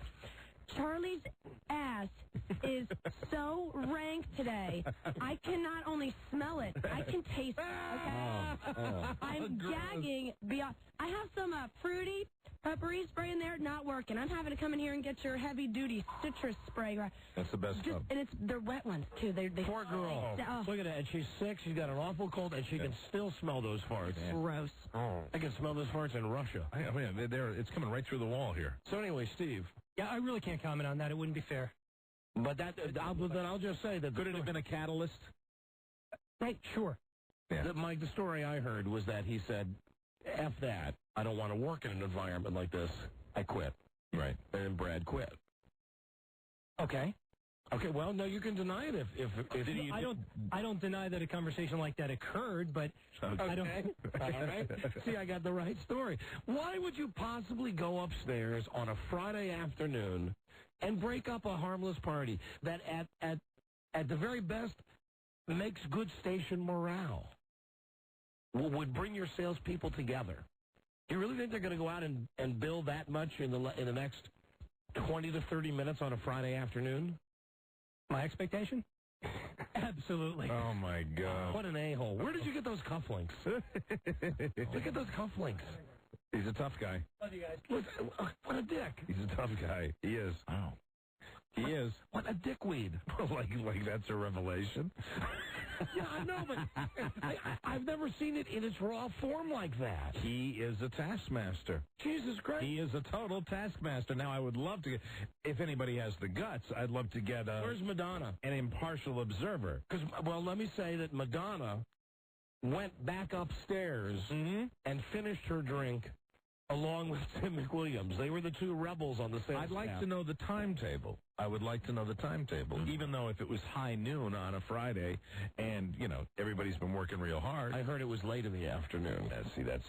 Come on. And it was like maybe 20 minutes until 5. And I would like to know that if, when he went in there, he did it in such a way as to embarrass the people from the station. That I'd like to know, too. Well, these are little details. Like if you walk in and you make a loud statement that this is unprofessional, you're not taking people aside and saying, hey, can you come back down and get back to work? That's even different than walking in there and going, What does he care? It's Friday afternoon. But you understand what I'm saying, right? That, yeah. It's even different. Oh, here's Madonna. Good, we can go. Hi, Madonna. Madonna, are you free to talk about this? Sure you are. As free as anybody is. Yeah. Sure you are. Sure you are, Madonna. You got bigger balls than anybody first of all, back there. what time did this transpire? Hold on, Charlie Broyle's going to Oh, no, not in here. God, no. In front of me. Charlie, stop it. It already pointed at you, too. All right, anyway, come on. Let's hear Madonna's story. What happened? It was about 4:45. Rob, cover the area over near Madonna, please. See, look at the timetable, Mike. Hit me that. It was quarter till 5? Quarter till 5, I told you. Someone told me it's like 20 till 5. Yeah. Oh, my God. Quarter till 5. What a prick. That is a prick move. I can't defend that. I wasn't trying to defend So it. he comes up, and what does he say? See, I didn't hear his conversation with the other salespeople because I was on the phone conducting business because it was 4:45, and of course I still had things to do. Of course. And but I got my own lecture, which was very nice. Just that we should have been busy doing our work. God, what an a-hole. You're all grown-ups. You all been here. A lot of you been here for a long time. Well, I think in hindsight, in Steve's defense, Steve realized that he effed up. That he overstepped a little bit? Yeah. A lot. A lot of pressure. A whole bunch. A whole a-hole bunch. What a jerk. What a jerk face. Your salespeople are upstairs, and they're imbibing. I mean, if that... 4 till 5 on Friday. 4 till 5, I mean, Well, it was the whole building, not just us. It was the whole building. It was the whole building. Oh, yeah, Rob was up there, right, Rob? Crocked. Oh, yeah. Rob was up there since like noon. Rob was Hey, Rob, what time did the party start? Oh, Rob, I didn't know you were an eyewitness to this. Yeah, I was there. It started like, Carrie was there, as a matter of fact. Okay. Because we went out to lunch that day, so I think it started at about 3:30 or 4. And the sales... That's when it started? Yeah. And Well, that's when they delivered the machine. Okay. The And then margarita. there's a while for the margaritas to get ready. Cause And then the salespeople showed up about 4:45. Frozen. Roughly about 4:30, 4:45, yeah. And that's when Goldstein goes upstairs and gives them the speech about, Oh, my I God. demand more from you. Go back to your posts. Well, Steve hasn't been the same since his partner, Jacob Marley, died. Jesus Christ. Well, what an a-hole move. Thank you for your testimony, Thanks, Madonna. Madonna. That's true guts to come in here. And Hey, Madonna, do you remember our embrace at the Christmas party? Oh. I'm trying to forget. Come on. Come on, admit it. You embraced Don, me. it's the same thing every year. Every year. But we embraced, though. I love you. Yeah. Let's get it over with. All right, get out of here. Get out of here. She does have balls. I'll tell you That's that what right I now. get for trying to be nice to that woman. But respect the woman. I do. She's got balls. I do. That is, the timetable to me is everything with that. 4:45. What a prick. Imagine that. You're upstairs, you're just kicking back, having an omelet and having a margarita, and your boss comes up and says, you're professionals, I expect more of you. I have two thoughts on this. I mean, number one, absolutely. What a prick move that is. Number two, Alan Limewand, I'd start looking over your right shoulder. Basically, what you're looking at is the last 45 minutes of the last business day of a very successful year. Yeah. And that's what he couldn't give up. Mm-hmm. Happy holidays. 45 minutes. Basically, that's it. 45 minutes. For the number one billing station in the market. Hey, if you're looking at 9 to 5, it probably sounds like 15 minutes to me. And, well, Steve, as you know, gets in at 4:45 every morning. He does. That's right. Jesus. What an a-hole he is. You low-life scumbag, no good, rotten piece of dead meat. If I were there, I'd bitch slap you right now for doing that to those guys. What are you talking about, Goldstein? Oh, that sucks. Oh, okay, right, yeah. Oh, what a scumbag. Right. Oh, right. Give me Agreed. a product for another show, and I ain't gonna buy it. Agreed. Well, no, come on. Please don't take it out on our sponsors. No. Oh, no, not your sponsors.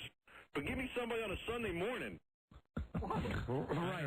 I don't know. I just know there was hatred there. That was well-placed hatred.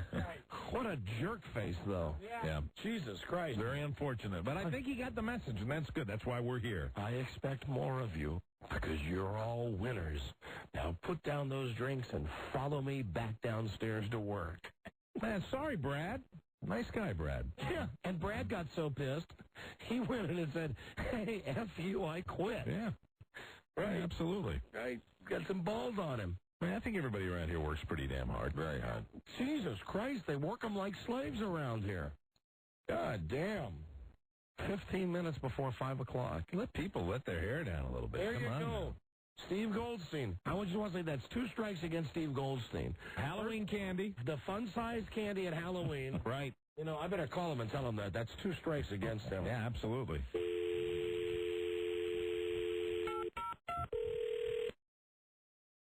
You know, since he came back to work here, it's been a very affable relationship we've had. Yeah. This is Steve. Steve, it's Don and Mike. That's 2 strikes now. Yeah, you know what? What? What, Steve? You sound like you're going to say something important. For the record. For the record? For the record. Yes. Because I think I'm just getting the crap eaten out of me here. Yeah. Okay, all right, for the record. For the record. Yes, I mean, you know you always have an open forum on this show. Go ahead. Thank you. I overreacted. Okay. Well, I did. All right. And when Madonna said that afterward that she thought that I knew that I overreacted, I pulled every salesperson in the following Monday morning and had that exact conversation individually. You apologized to him? Mm-hmm. Absolutely. Except those who had quit already. You know what? Even that guy. Oh, you spoke to him? Absolutely. Is he coming back? No, he still quit, but... He still quit? Yeah. You really? But you spoke to him Monday? Mm-hmm. Oh, I didn't know that. Wow. Okay. You spoke to him before he quit? Well, you know, after... Well, yeah, before... No, hold on. Did he quit before or after you apologized to him? Both. Oh, so he quit, and then you spoke to him, and he still decided to quit. Well, yeah, in so many words. But you apologized to him for overreacting? Mm-hmm. After he quit, though. After he quit. Mm-hmm. And you apologized to how many other people? But don't get me wrong, it wasn't because of that. It's not because he quit that I said, oh, gee, you know, maybe I ought to apologize. No, I thought about it over the weekend and decided that, you know what? I went upstairs, I overreacted. Well, then how come when Brad came into your office or wherever this happened, how come you just didn't immediately say, hey, Brad, guess what? I overreacted. I apologize. Oh, it was all too fresh at the time. Yeah. Too fresh at the time. So no chance of Brad coming back, huh? Where did he go? Where did he go to work? I don't know. Oh, come on, I'm sure you do. What station? Tell me he hasn't. He hasn't? I find that hard to believe. Well, you ought to go to his house and drive him back here. After you had the conversation, he was pretty much not going to yield? Did he say it wasn't that at any time during that conversation? It wasn't like, you know, we had a conversation like that. He had made a decision, and I think you kind of, one of the two of you said that, you know, is it that or was that a catalyst? Yeah. I don't think anyone really makes a decision, well, you know, I want to leave my job because of something like that. You're right. It would have to be that. You had done stuff to piss him off prior to this. I don't know about that, but... So he was going to go anyway? Again, I don't know about that, but could this be a catalyst? What's all that screaming in the background, Steve? It's Lisa in the call screening room next to my office. Oh, it's Lisa trying to screen our telephone calls. As Brad Griffin, right? What was? Yeah. The guy's name? Yeah. Yeah. Okay. All right, thanks. Thanks, Steve. I'm just going to give him a call at home. Okay. Bye-bye. See you. Bye-bye. There he is. What a jerk face. Jesus Christ. Imagine that. We got to help Brad find a new job. Absolutely. Brad's been a good friend of this show. Very nice. Booked just a couple of Las Vegas-style shows. Remember the night Robin made him pay for breakfast? Yeah, it was nice. He's all right. You know, he wouldn't let me, when I came back in the following week, he wouldn't let me give him money for that. Really? Yeah, I thought it was kind of a cool move on his part. Good guy, Brad Griffin. Good guy, Brad Griffin. And we used to give Brad a very hard time. Oh, yeah. I had a lot of fun with Brad. I miss Brad. Hold on a second. He supplied the beverages for Porn's bachelor party. Oh, did he really? That's how nice he is. We can help him out. Very soft-spoken, mild-mannered most of the time. Yeah. He's a good sales guy. I bet he already got another gig. History of altercations, though, gentlemen. Yeah. I just like to, for the record. I know. Just to point out, history of altercations here. There was a battle with Tim McWilliams. He may have been provoked. Yes, true. Oh, yeah, that's right. He got in a fist fight with Tim McWilliams. Yes, Don, I just thought for the record. Yeah, in fairness. Right. However, Tim McWilliams is a noted hothead. Absolutely. And a note of, he's not exactly a peacemaker. Was that Brad or was that Tim McCarthy that got in the fist fight? I think it wasn't a fist fight. I think it was an altercation. No, it was the fist fight Tim McWilliams got in with Tim McCarthy. That got the hole in the wall, and they argued at a sales meeting. Sales meeting, Tim walked down. Yeah. Number and a detailed message. All right, let me try a cell phone. Hold on a second. He's probably out doing business for his brand new radio station. Or he's, bottom of a bottle of scotch. Hanging from his shower. Oh, dear. Like an officer and a gentleman. We are sick. We can make this right. Yes. We can make this right for Brad. I'll tell you how it would be great if he killed himself. It wouldn't be great because he's a great guy. Yes. Right. It would be great because it would haunt Goldstein for at least a couple of days. About 2 days. Yeah, until he gets over it. 48 hours. No. Maybe he's gone home. Hi, sorry I missed your call. If you'll leave your name, number, and a detailed message, I will call you back as soon as possible. Thanks and have a great day. Hey, Brad? Brad, it's Don and Mike. Brad, listen, just want to tell you that Steve Goldstein is a jerk face. And we want to hear your side of the story. You got some balls. Yeah, you should have been able to have that margarita at 4:45 on Friday afternoon. Amen. You're goddamn right. You're a man of morals. You stood up for what you believed in. Call us, Brad, because we want to know if it was just that party or if it was other issues, and whether you'd be interested in coming back to work here. What else has Goldstein done to you to push you over the edge? Let us know, Brad. We're here for you. Tim McWilliams sends his best. Bye, Brad. Goodbye.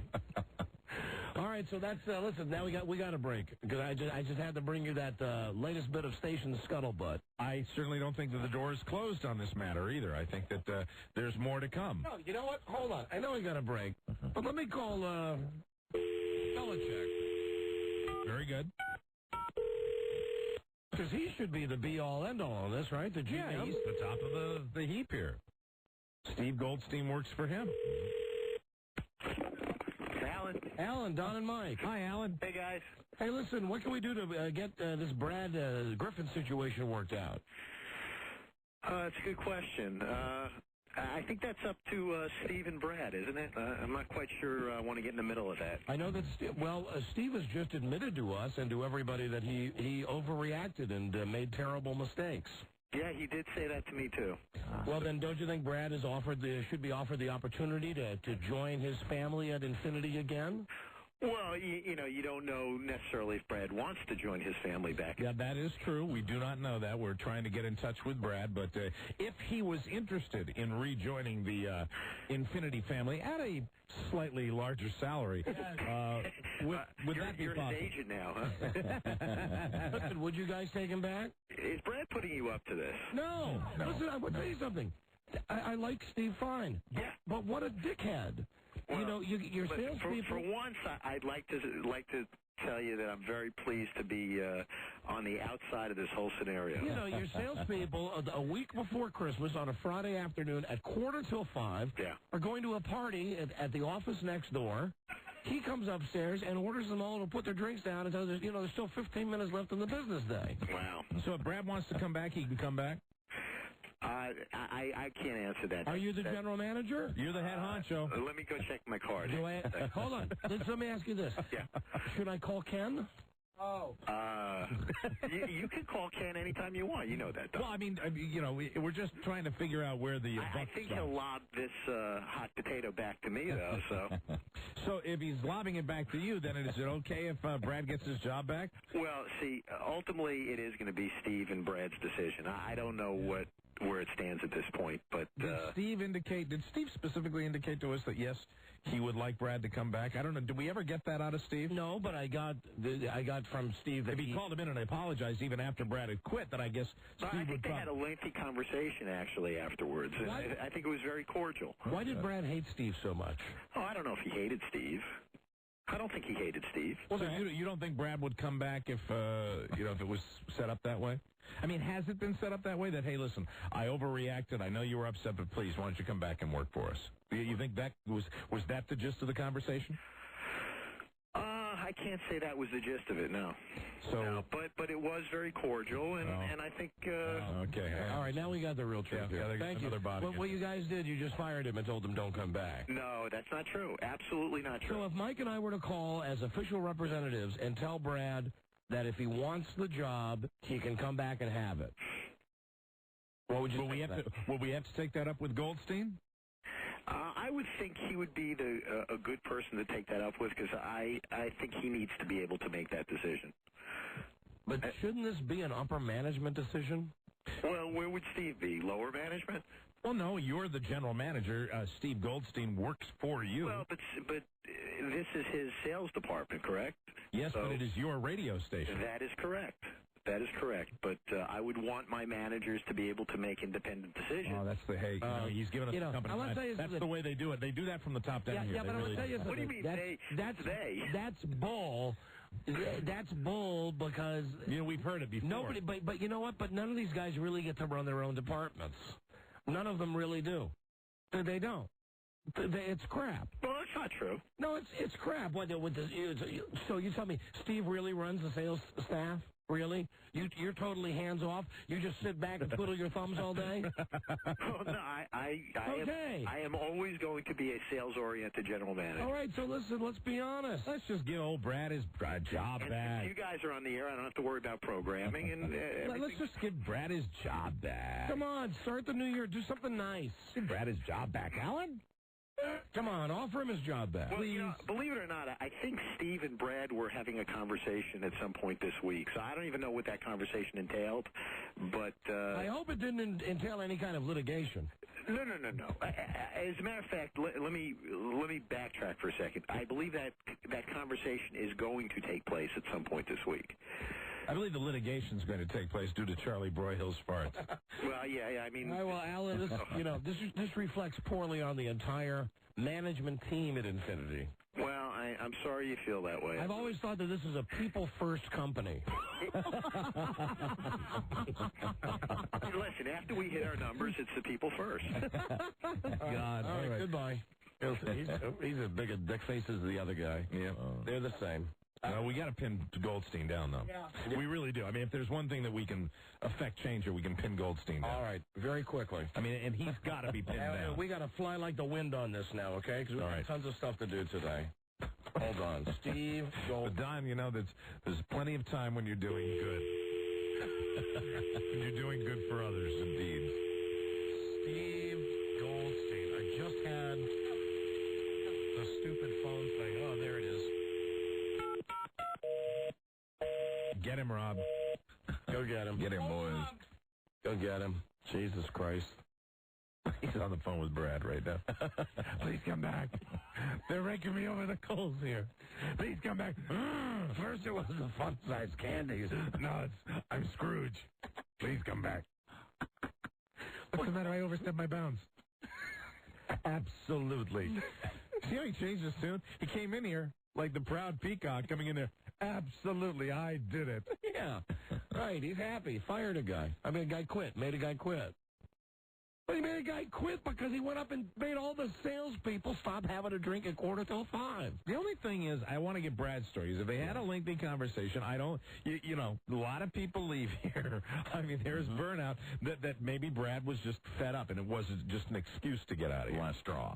Right, and I'd like to know how many of those last straws were brought on by Ebenezer Goldstein. Hey, I'm as upset as when Ralph Renzi left, though. Oh. Scrooge McGoldstein. More. Well, he ain't coming. No, hold on, I take it back. All right, we just wanted to pin you down on something, Steve, before we drop this matter. Is there a chance that Brad could be rehired? To the two-way street. From your standpoint, is there a chance Brad could be rehired? I mean, if Brad said, hey, I really want my job, I'd like my job back. I'd be willing to come back. Would you accept that? Except? I don't know. Why? Open to a conversation? Definitely. What would he have to do beyond saying, hey, I want my job back? This is beyond the scope of anything we talk about on the air. Wow. There are personnel matters, and it wouldn't be appropriate. The answer, that's a no. Right, so he can't have his job back. He can't have his job back. It would just be inappropriate to talk about. Why is it inappropriate? What did he do, rape a baby or something? I mean... That's disgusting. Oh, my God. Yeah, I know. That's why I said it. Because it's disgusting. He couldn't have done anything disgusting. Right? He was a sales guy.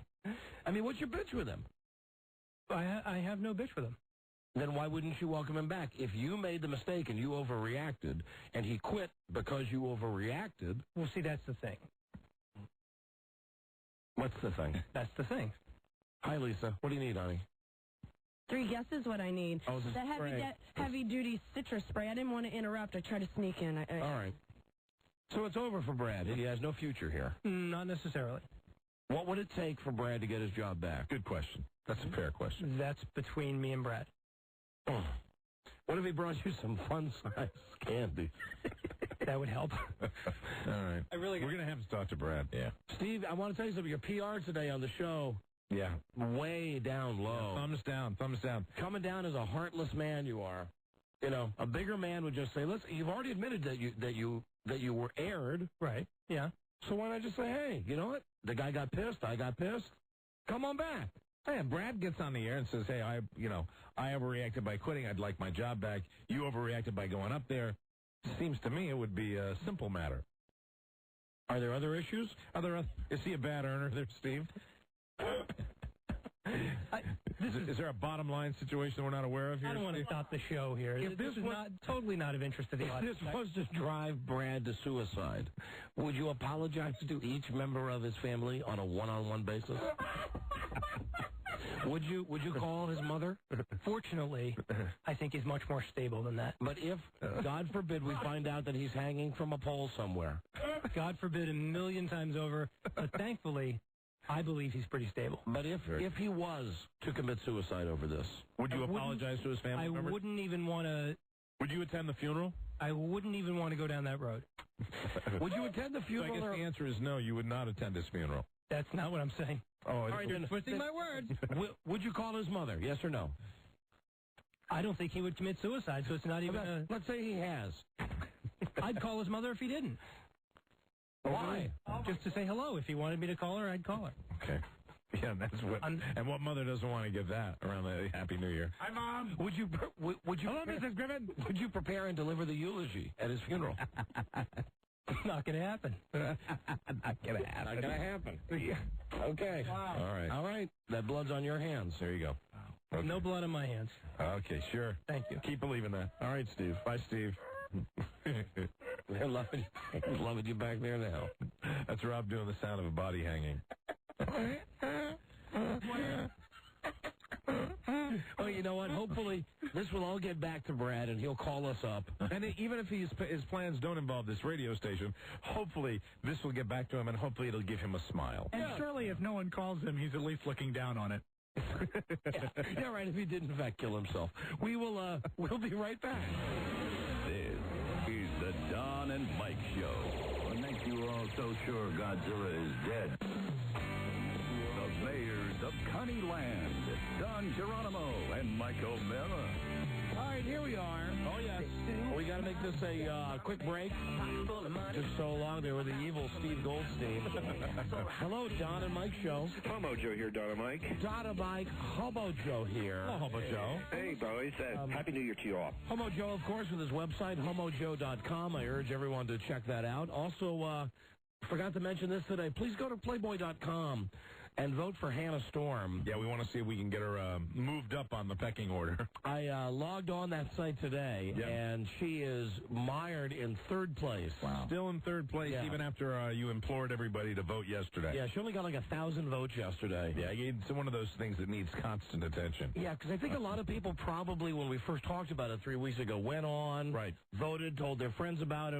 It was a funny goof. Right. I mean, I had a conversation yesterday with Rudy Martzke, who's on the show all the time from USA Today, saying that the people from Playboy had called him because they were astounded that Hannah Storm had zoomed up to nearly first place, and they wanted Rudy to write a story about it. Did he give us our props? Rudy will give us our props after the final vote tally is done. Very good. So either way, we're going to be in Rudy's column, and of course, with thanks to everyone who listens to the show, but wouldn't it be great if Hannah Storm, who, listen, is a very nice lady and is a friend of the show, but by no stretch of the imagination is the sexiest sportscaster in TV. No, we thought it'd be interesting to see if we could get her up to number one, though, and manipulate the survey. That's what we're trying to do. So, everybody, please, if you don't have anything else to do tonight, go to Playboy.com, go to Sexiest Sportscasters, and click on Hannah Storm, and let's see if we can pull her up. Buzz, why don't you go to that website now, and we'll talk to homosexual Joseph here. I'll do it. So, Donna, Mike. Yes? I wanted to know if you wanted to do something new this year with me. I was thinking maybe a night out with Homo Joe and just do different type of things, going to different type of bars and different type of activities. With a girl? With guys or girls, and just take them to the gate and record it live. Back to you guys. Joe will have plenty of assignments for you in this coming year. And the other thing I was thinking about going down to the inaugural parade and interview everybody about the Gore inaugural parade and see what they think about that. I'll tell you, that is a perfect assignment. Now, that's a great idea. In fact, you should be our number one reporter at the Bush inaugural parade. Those are your kind of people down there. Yeah, you know absolutely. What? And Joe, as a matter of fact, I will call some of those Republican yahoos who signed me up to be the secret double agent. That's right. And see if I can actually swing some kind of a press credential for you. That'd be great, and I'll do a great job for you guys. Not only the parade, you should go to all the balls. Yeah. There you go. Very important. My ball gown. Joe loves a good ball. Absolutely. We want you to go to the best ball of all. Hey, Don, I think Steve doesn't measure up on my homo measure, for that stunt he pulled for New Year's Eve. Steve Goldstein? What do you mean on your homo measure?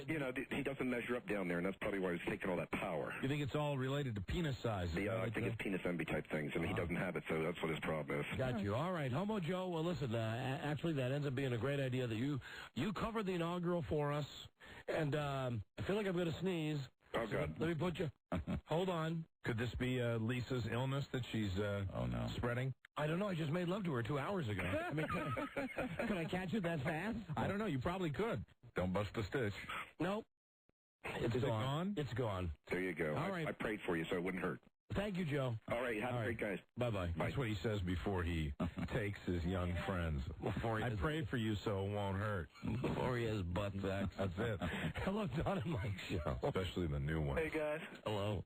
Hey, I wanted to know, does Homo Joe do a drag show at Chaos or what? What, is Chaos a gay club? Yeah. I don't think he does drag. He doesn't do drag. He doesn't like drag. He likes it. He just doesn't He just doesn't like to be in the outfit. Doesn't like to participate. Right. Because I was there a couple of weeks ago, and there's this guy who sounded exactly like him.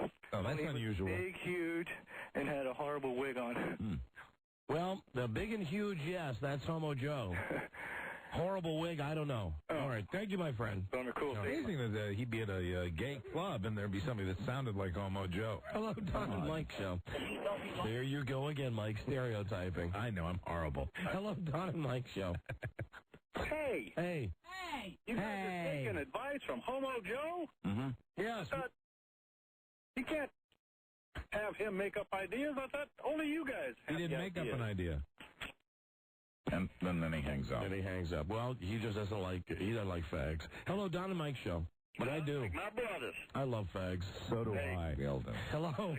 Goldstein just bought a new house, paid $700,000. He bought it from the company I work for. I know where he lives. And No. Hold on. Listen. Hold on. What? Why? Without giving out any information. Yes, sir.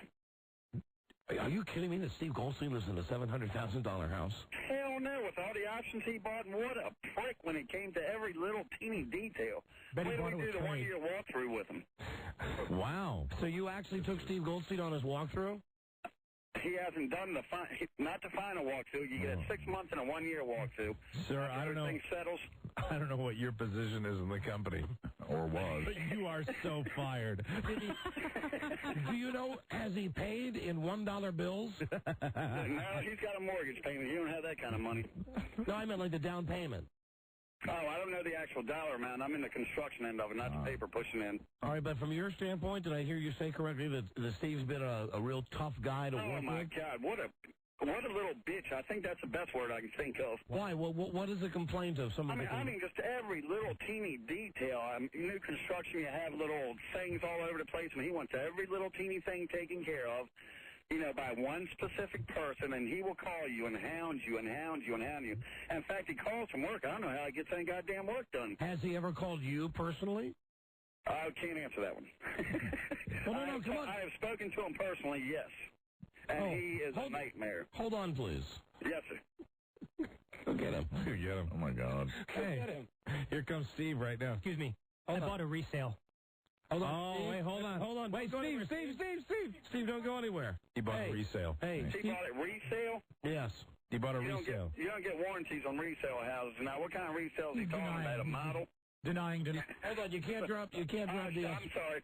You can't drop the S-bomb. Thank you. He's saying he didn't buy. He's saying he didn't buy a new construction, sir. What did he say he bought? I'll send you the address. We can all go over gladly. Perhaps you would have another Steve Goldstein. Yes, it is a common name. No, because I remember asking him specifically. This was right after the Halloween incident when y'all were complaining about the candy bar size. Steve, will you help us out here, please, so we can finish this guy off here? I mean, if this guy's on the level, don't just run in here and say you bought a resale. We'll get rid of him. But if it's true, if you bought a resale, this guy's saying you bought a new construction. Help us out, Steve. Are you saying we've been helping you out all day? Are you saying the house is new or was it a resale? I'm saying it was new. So and basically you're doing the construction work on it. It's done. He's already living in it. And he just came in and said he bought a resale. All right. What is his definition of resale? Hold on a moment. Here he comes. Here he is now. Hi, Steve. All right. Hi. I have no idea who this guy is. But? There's no but. Who are you? Oh, well, I'm not telling you who I am. You know what you should do? At the very least, you should give out your first name. You have called and you have said a price of a house. P-A-U-L, Paul. Paul. Steve, did you build a house or did you buy a resale? I bought a resale. So you didn't I bought a 2-year-old house. He said, wait, sir. Hey, shut up for a second. He said he bought a 2-year-old house. What? He said he bought a 2-year-old house. 2-year-old houses do not come with full manufacturer warranty. Ask him who the builder he bought it through was. He didn't buy it to a real estate agent. All right, you know what? Hold on. There's one easy way to take care of this. Yeah. Hold on a second, Steve. Yeah. Rob, pick up line 3. Yeah, we'll do this off air. Off the air. Absolutely. And ask the guy information about Steve, like where the house is located. Right. We'll find out. And then we'll just hold it up for you, Steve, and you can tell us if he's true or not. Okay. Are you having a good day, Steve? How you doing, Steve? I'm fine. You shouldn't have fired Brad. He handles Fire Brad. You ever been to the house? What? Is the guy hedging, Rob? He says he doesn't have the address in front of him. How convenient. All right, you're excused. You're off. Steve. You're off the hook, Steve. This ween. You're off the hook. There's a jerk. Jesus Christ. Rob's handling him. All right. Listen, Dick. Thanks for calling. A-hole. Right. I don't mind if someone wants to call up and, pile on Goldstein, but yeah, I mean, if it's legit, be honest, man. Hello, Don and Mike show. Unbelievable. People. Don. Yes. Hi. Hi. Jason from Baltimore. Hi, Jason. I just wanted to comment. The other day, popular Baltimore morning show was commenting on how they couldn't believe what the survey result of the Playboy survey was. And they went on for like 20 minutes on how they could not believe what the results were. That's pretty funny. This was right after you guys had gone through that whole thing where, getting people to vote and everything. They went on for hours about that. What was it, 98 Rock? Yeah. Good. Screw him. I wonder if Marty Bass was talking about it, too. Thank you, my friend. No problem. Marty. This is a chance for me to say Marty Bass. Hello, Don and Mike show. Oops. Hello, Don and Mike. I'm from Baltimore, so I know when you goof on Marty Bass, I know exactly what you're talking about. Goofing on Marty Bass is the most fun thing in the whole wide world. Hey, everybody, it's Marty Bass. Their morning show is the absolute worst. With your first warning weather. First morning weather here in Dundalk. Hello, I'm Marty Bass on the streets of Tampa. How about those Ravens? Oh, my gosh. But first of all, I wanted to say that I have a cold, and I can smell Charlie's ass from here, so I know you guys have to be dying in the studio. Gotcha. And secondly, I have a secret song that I'd like you to try and guess what it is. All right, very quickly, go ahead. Very quickly, check it out. Since we had a winner today with our first secret song. Yeah.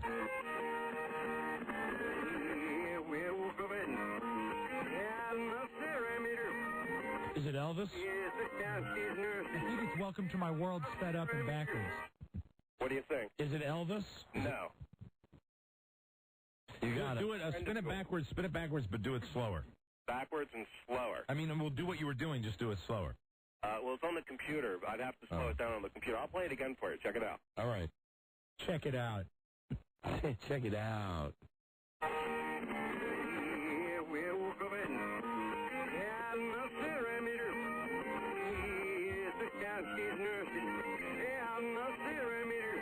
It's not a real song. It's like a theme or something, isn't it? No, it's a real song. He's a friend of yours. Is it Jerry Reed? It is Jerry Reed. Here it is forwards. Check this out. There is sunlight. She's all right with me. Pretty Mary sunlight. How in the name of God did you get Jerry Reed?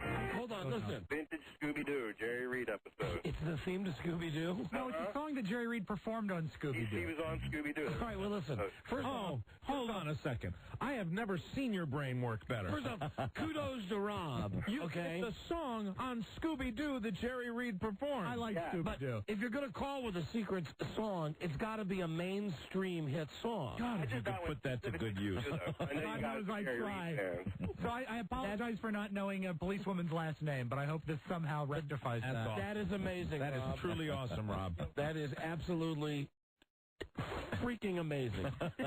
I almost just said the real one. You got it backwards, a song performed on a cartoon. One time by Jerry Reed. On Scooby-Doo. Pardon me while my jaw hits the floor. Hello, Don and Mike Show. Hey, good afternoon, everybody. Hey, buddy. By the way, that sounded like Bob Dylan. Jerry Reed backwards sounded like Bob Dylan. Right. Anywho, celebrity sighting. I was on a cruise. I saw Meadow Soprano. Wow. I went up to her and I said, when are you going to be on the Don and Mike show? They said, who? All right, thank you. Thanks. At least he went up and said something. Appreciate that. Hello, Don and Mike Show. Hey, Don. Yes. How are you? Fine, thanks. Good. I got a question to ask you. Yes, sir. Regularity in bowel movements. I'm for them. Okay, let me get... Thank you for the call. That's good. You're going to be on the, when you run for Congress, that'll be on your platform. All right, I'm I'm pro-regularity. In BMs. We got a break. We'll be right back. Speaking of BMs, Charlie, it's coming up next with movies and jail mail. This is the Don and Mike Show. Excuse me, Chief. I got something here you might want to see.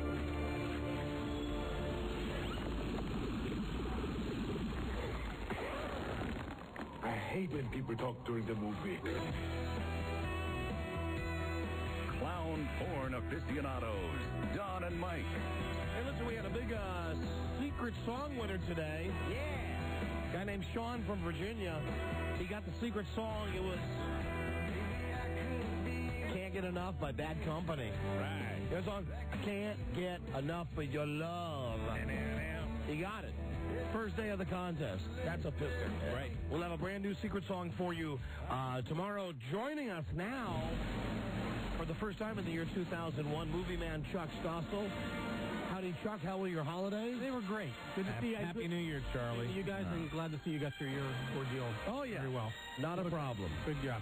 Charlie, before we talk about movies, which is why you're here, In theory. we have mail. And a package, I understand. Do we have the bucket of water? And a package.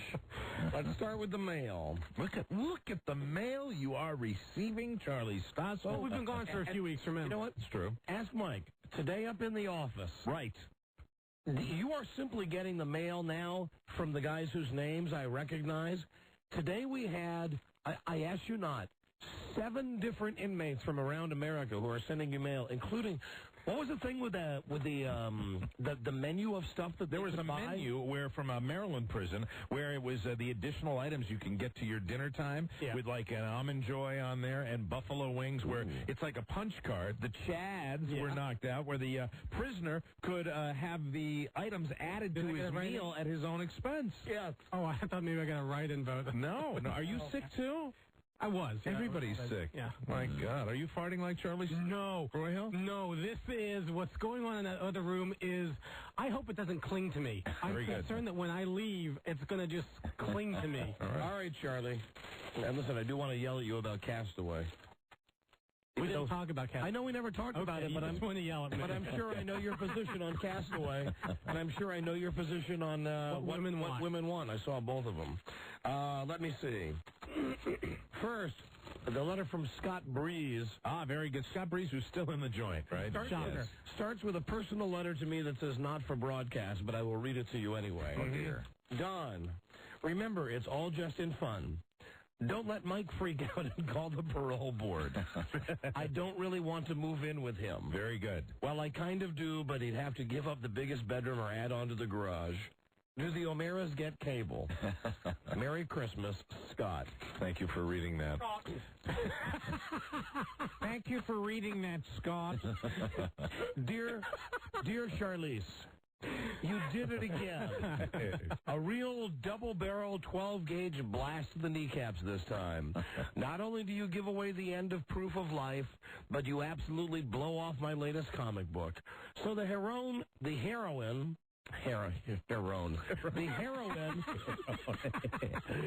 know what I like about that movie? It's got a good heroine. Heroine. It would have been worse if he said heroine, you know. Heroine. It's tough writing. Falls in love with her husband's rescuer in the end of Proof of Life. No need to go see that. No one else did. Watch the trailer and use Charlie Stossel's movie review to imagine the ending. Hey, you just saved everybody $10. Well, get this. At the end of Hannibal, the heroine sits down to a formal dinner with Dr. Lecter, and they eat her boss's brain. I know. I read the book. While he's still alive. Then they run off to Rio together. He's farting. To live happily ever after. Did he come in here to do that? He's been bouncing.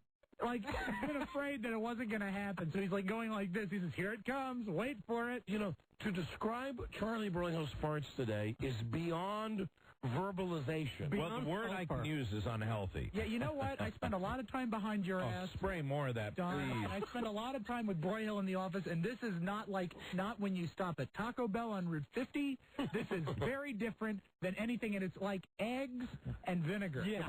Can we get that guy to send us more of that stuff? I'll call him. All right. All right, anyway. Xavier, Mr. Xavier at 1-800-543-4379. Please send us some now. Some citrus spray, please. They run off. It'll get there. They run off to Rio together to live happily ever after. Take that movie, man. How does it feel? You've just been sixth sensed. Bruce Willis is dead. Charlize eats her boss. All is right with the world.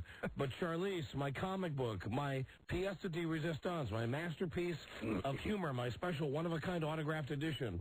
You just blew by it like it was nothing. No, I enjoyed the comic book. Trash. Do you know how many days that took for me to make?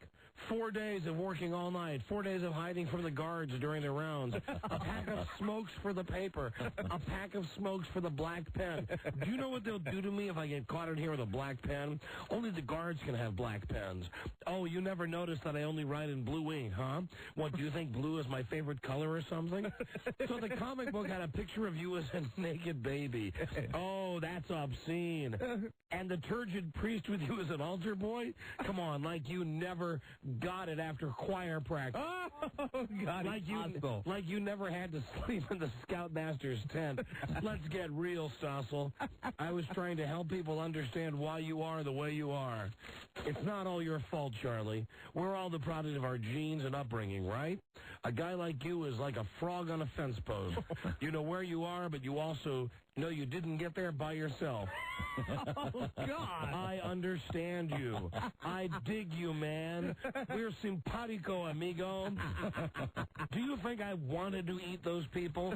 I understand compulsion. People like me, and you are the only, and are the only true people, and are the only truly free people. People like me are the only true free people? People like me and you are the only true free people. All right. We do the things that other people only dream about in their darkest fantasies. Oh, dear. You're Mr. Bubble. I'm Buffalo Bill. Oh, God. That's okay, man. Why am I Buffalo Bill? Because I skin my humps. Oh, no. We've both got this alter ego thing going. Our evil twins did the bad stuff, right? Oh, God. You wash boys? Oh, God. Oh, dear. Charlie's getting mad now. That pushed his button right there. I wear bodysuits and make lampshades with cadaver skin. You know in Castaway he gets off the island? Oh, Oh, wow. There you go. It's all good fun, my friend. Celebrate diversity. Just be you, Mr. Bubble. P.S. Mike, please see enclosure.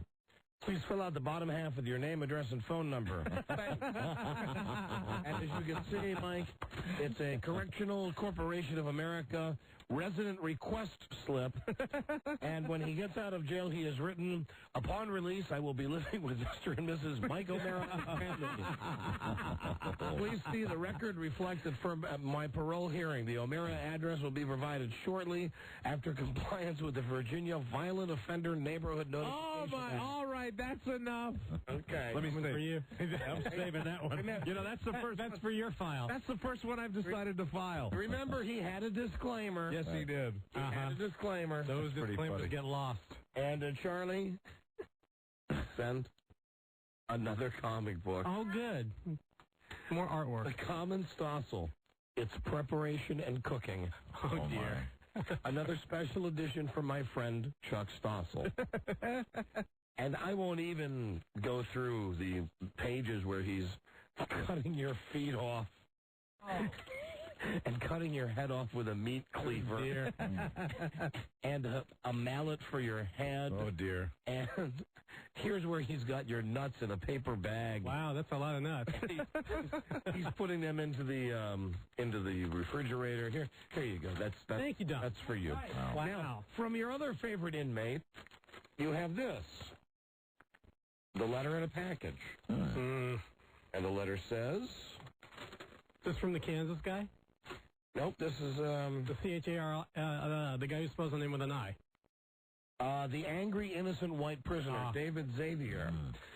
Dear Don and Mike, given the response to last week's letter, I've decided to drop my storyline regarding Rob Spiewak. Yeah. Remember, he started to write stories about Rob and hate crime? Yes, absolutely. Yeah. Even with my disclaimer, I could see you guys weren't comfortable with it. Therefore, in the same way that both Jason we're comfortable with this. Therefore, in the same way that both Jason and Freddie returned from the dead, I return now to Charlie's. He knows how to make us happy, doesn't he? Yeah. He really does. He spells Charlie's name C-H-A-R-L-I. It's Charlie. So here is Chapter 1 of Santa's Bitch, the new Charlie. Okay. You doing a little editing there? Well, no, I'm reading. He's got like a million different things. It's the ramblings of the modern prisoner. Yes, well, they've got a lot of time on there. Inmate. Don, please enclose find the Green Bay Packers Santa ad that I read in the newspaper. These guys are going. Yeah, it's the holidays. Yeah. As a goof for the show, I am planning on having my name legally changed to Ken Stevens. If you like this idea, I will submit it to the court immediately. Lisa, whenever I hear your voice, I grab my beach towel and my wet thing. Oh, dear. Lastly, if a website is made regarding my wrongful imprisonment, will you guys give it a free plug? Anyway, signed, David Xavier, angry, innocent white prisoner. And he also got a letter from Bob Levy. Hey! He got. Oh, really? Bob Levy responded to him? Wow. Remember, yeah, Bob Levy, the columnist from the Washington Post, who trashed us one time in his column a couple of months ago. Absolutely. David Xavier, this guy in wrote him a nasty letter, right? Yes, and here's what it says. I wonder if it was the same tone of the ones I get. Actually, the letter is from Donald Graham, chairman of the board, Washington Post. Oh, my God. That's too funny. Dear Mr. Xavier, thank you for your letter regarding Bob Levy's Washington column that featured a mention of the Don and Mike show. I can't say that I find the comment you object to particularly out of bounds for a column of the nature of Bob Levy's Washington, but I certainly respect your right to disagree. In any case, I appreciate your interest in the Washington Post. Hey! And thank you for writing. That's good. Give him a round of applause. It got all the way up to the top. Hey, but there you go. There's the tone, too. There's the Post. All right, so now here is a very brief story about Charlie Stossel. Very good. This is a Christmas story, right? Satan's Bitch, the new Charlie, Chapter 1. Arriving in hell, Charlie was surprised that she was placed in a separate room, other than all the other new arrivals. First, she found herself in a large group of attorneys, program directors, and Chicago Bears fans. But then she was herded to a separate room by a short, naked man. After a short wait, Lucifer himself entered. Well, look who finally made it. I've waited with great anticipation for this moment. Charlie started to speak, but before he could utter a single word, Lucifer grabbed him, bent Charlie over, and roughly took Charlie anally. Oh, dear. Merry Christmas. Bathtub boy screamed in pain. Satan's bulbous wet thing felt like a branding iron inside Charlie. What else would it feel like, huh? Oh, my God. Satan pumped and rode Charlie for what seemed to be eternity. I don't like this letter. The small room smelled of brimstone, sulfur, and mud cheese. Broil Sports. Oh, my God. Shortly after Satan left Charlie, he felt something move inside his inside his stomach. At first, Charlie thought it was gas, but little did he know that she was now pregnant with the son of Lucifer. That was quick. Okay, that's the... that's it, huh? This is hanging. Wow. And then he sent a package. Yeah. Same guy. Did you open the packet? Oh. I'm opening it right now. There's mistletoe, Vaseline. Hold on. First, let me go to the explanation. Oh, good. Oh. Giant envelope. This is a very, very busy inmate. With our names on it. Don and Mike. What is this? What is this? I don't want to know. That's not a trace job. It's an ode to Lisa. Oh, it's for her. What he drew is he drew a picture of his penis. Silhouette. Lisa's voice is so fine, it reminds me of smooth wine. Her body is so tight and sleek. It's such a hot and sexy thing. She makes my member open up and sing. Oh, my. I listen to Lisa on the Don and Mike show. Her voice is a dreamy flow. My only question, why doesn't she swallow? Oh, dear. Was there a picture on the back there? Yeah, there's a photograph, Don. Somebody standing next to a motorcycle. Him? Maybe that's him. You guys want that for your records? Let me look at it. We might need it. I might need it. There you go. I think it's a picture of him. It appears to be glued, no tape. That's not glue. I hope that's glue. There you go. Oh. All right. Also, we have Dear Don and Mike. Oh, yeah. He's not guilty. This is jeans. This is the interesting package I promised to send Bathtub Stossel. Enclosed for Charlie are the following items. The men in here asked me to pass on this tub of white petroleum jelly. On the label it reads, guaranteed pure for general use. There you go, Charlie. Apparently that's prison issue. Thank you, Doc. Also for Charlie. Yeah. Wow. A pair of my dirty underpants. Keep those things in a plastic bag. I choose not to receive that. If you look closely, you can see they are used. No, thank you. A little sprig of holly on the outside. Get it off. A plastic glove containing mayonnaise packets and Q-tips. Oh, God. Again, why he is sending... Here you go, Charlie. Here's your plastic glove that has mayonnaise and Q-tips. Lovely. Lastly, I've enclosed a love poem for Lisa. The silhouette shows my state of mind when I think of her. Sure. Does it impress you? Sincerely yours, David Xavier. P.S. Don and Mike, if you watch Channel 7 in the morning, I think you'll agree that there seems to be sexual tension between Carol Costello and Alexandra Steele. Wow. Wow, Charlie, that is an How does it close from the merge with the 270 spur down? Wow. That is an all-star selection of mail today. Okay. You must feel very privileged. I feel something. I don't know what. God damn. Wow. God damn it, Charlie. That's pretty intense. Yeah. Lots of stuff from inmates.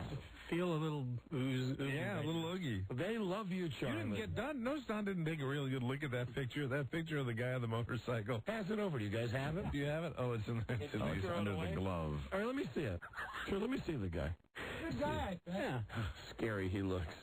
He looks pretty scary. He does, yes. That's why I wanted you to see it. He's a pretty scary-looking individual. Yeah, big time. That's the guy who's writing all the mail, I guess, to Charlie. That looks like an old photograph, A little bit like too. David Arquette. Yeah. Well, there's the problem. A little David Arquette in them. All right, well, Charlie, listen, I know you're not here simply to answer your fan mail from convicts. Please stand by. We'll come back. We'll talk movies with the Mother Chucker right after this. This is the Don and Mike Show. At defensive tackle, number 95, Big Daddy Dan Wilkinson. Just like 4 solid hours of prostate manipulation. Right. The Don and Mike Show. Couldn't have said it better myself. All right, movie man Charlie Stossel is here. Charlie, what's new this weekend in the theaters? Pretty much only one movie that gets released wide that's already in New York and L.A. This is Traffic. Oh, man, I want to see this. Michael Douglas, Catherine Zeta-Jones, Dennis Quaid is in this picture, Benicio del Toro, Stephen Bauer, a great cast done by Steven Soderbergh, who did Aaron Brockovich. It's the last one we did. Also did a movie you like, Out of Sight. Oh, the George Clooney movie. Clooney film from a few summers ago. Right. This deals with 3 different stories, but mainly it deals with the drug trafficking that happens in this country, and almost in a documentary way shows how we fight it. We being, like the United States fights drugs coming into this country, and how futile this actually is. That it's not that hard to get whatever you'd want, wherever you want, and how one man's ambition, Michael Douglas in this case, who becomes the United States drug czar, he's a Supreme Court justice in Ohio, gets appointed by the president, but is so gung-ho on stopping this, it's too big for him. And for a change, Michael Douglas doesn't play the role he's played like in his last 10 movies, which is just the rich, arrogant prick guy, right? No. He has enough problems at home, which you'll find out as the movie goes on. But there are other stories there. There's the story involving Don Cheadle, who is trying to get the drug lord played by Stephen Bauer, who people might know from Pacino movie. Oh, crap. The violent one, Scarface. He's the one that Al Pacino kills. You mean the good-looking guy? The tall, good-looking guy? Who was married to his sister. The Latin lover type? Gets very angry with him. He was gorgeous in Scarface. Dreamy. I loved him. You've got that angle where... wasn't Don Cheadle in Boogie Nights, Yes, too? it was. And Picket Fences from TV work. Right. Very good. And Family Man, a fine Christmas holiday feature this past few weeks. Which I bet you loved. I did like Family Man. Of course you did. You know what I wanted to ask you about, though? I know you're in the middle of this review. That's okay. But the one with Kevin Costner, is this another Kevin Costner accent? 13 Days? 13 Days, where he's trying to do the Kennedy, Massachusetts accent. And I've seen 2 trailers. He's done it again, hasn't he, where he just walks all over the accent? He plays an advisor to the president, but it's not his movie. He's in there, but, he's being billed in it, but it's really not his movie as much as it is the guy, this Greenwood guy who plays Kennedy in the film. Okay. And the guy who plays Kennedy, he's like a 2-bit actor. He was in the movie with Ashley Judd. Double Jeopardy? Yeah, he was the husband. Remember, he's the guy who killed Ashley Judd and then moved to New Orleans. Oh, okay. Yeah, he's always been like a second-tier actor. Middle tier guy who gets his big breakthrough in this film. Mm-hmm. But that doesn't open nationally for another week, right? Well, no, it's already in again, New York, L.A. It'll open nationally next weekend. All right, well, what about Traffic? With Traffic, you have that story. Then you have another... and Catherine Zeta-Jones, you couldn't be more airheaded as to what's going on in this world. Again, you like Dennis Quaid. He's in this. It's very well done. Some NYPD Blue type photography. I know you're not crazy. I don't like the shaky camera. There's some shaky camera in the film.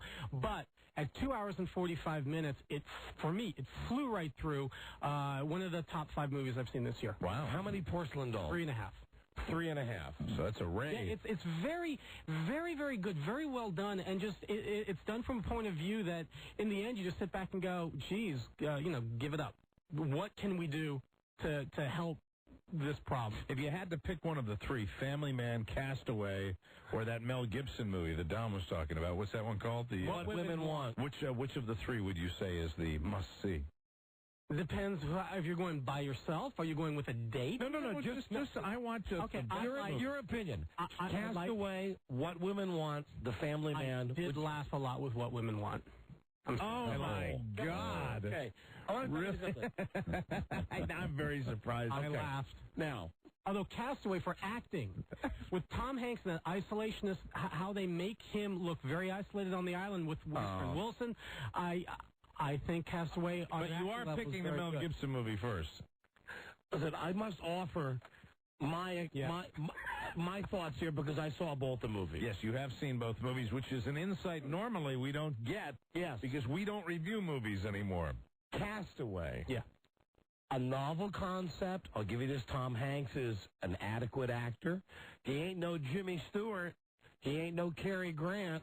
And frankly, beyond the part where the plane crashes, which is spectacular, that part of the movie is great. It's highly overrated. When people say you will leave the theater awestruck, you will leave the theater thinking about this. I want to tell you something. The stuff when he's on the island, it's boring as crap. This is where the movie is not for everybody, and I said this to friends going in before they went to see it. You're going to have Tom Hanks alone, no music, no dialogue, getting the volleyball, and it's just him. And this movie is not on the island for 20 minutes. It's an hour and a half. An hour and a half, 2 hours on the island. And listen, don't be fooled by that either, Mike, because I know you're going to go see it this weekend. It's not an hour and a half of silence. Tom Hanks does plenty of talking. He just talks to himself. Yeah. And he talks to the volleyball. You know, there's a movie that's ancient, and I don't know if either one of you guys have ever seen it. You mentioned Cary Grant before, but it's called Father Goose, and I don't know if you're familiar with that movie, and it's Cary Grant, who's a spotter during World War II. I love the whole theme of the deserted guy, the single guy on the island, and I don't detect the real passion from you. You're kind of approaching the fence on this movie, right? It's not as bad as some of the other ones that we have both hated, right? I didn't hate it like so I'm not going to walk in If you took a half hour of him off the island, would you have liked it better? Yeah. And like I told you, it's not his worst. It's just I'm tired of reading all the crap with people saying it's the movie of the year. It's awesome. And that's the kind of press he seems to get. I don't think it's the movie of the year. I could name 5 or 6 movies I think are a heck of a lot better. But listen. As much as I am here to trash Castaway, and I don't think it was great. Like What Women Want. What Women Want. Frida and I had a discussion. For a long time in our house, the worst movie we'd ever seen collectively was You've Got Mail. Go see Battlefield Earth. We decided that What Women Want is worse than You've Got Mail. Well, Don, like I said with The Grinch, which has made almost $300 million so far, with What Women Want, America seems to agree, but Charlie, with me. In a movie, getting a glare. I'll tell you, an hour into a movie, when they're so out of scripts, when they're so out of 10 minutes into the movie, I think it gets, when Mel Gibson has to dance with a hat stand when he's being Frank doing Sinatra, the Sinatra thing, and an hour later when his daughter's trying on the prom dresses, and it's 20 shots in a row, quick clips of her coming out in a new dress, Mel Gibson feigning, pretending he's going to fall asleep. He's got his hands over his face while they're playing What a Girl Wants, What a Girl Needs. I mean, freaking predictable. But you can take stuff like that out of the movie, and I thought the end was a little hokey when all of a sudden it's like, I'm going to save the one girl. Did you see the end, Don? No. Oh. but hold on, listen. No, that's because the movie sucked so much he walked out. And it wasn't my call. I was there. Frida had been taking great care of me. I got out of the hospital on a pass to go to a movie. Okay, the hospital, movie theater. To get out on a pass, to get out and go to a movie. She'd been so great. I said, whatever movie you want to see. She wants to see this dumb goddamn What Women Want. We were in there for an hour, and she leaned over and she said, do you like this movie? And I said, no. And she said, let's go. And as we walked out... You sure she wasn't doing that for you because you just had surgery and she knew that you hated that particular type of movie? Yeah, I brought this one on. Listen to a woman tell you what was wrong with that movie. Wishy wishy. Hold on. Hey, Dad. Hey, let me talk to Mom. Okay. Chop, chop, though, please. You'll hear it from her. It was not my prompt. She's coming. It was not my prompting. I was there for her. It was her day. Sure. It was me. There he is. He's on the line. You got to be careful now.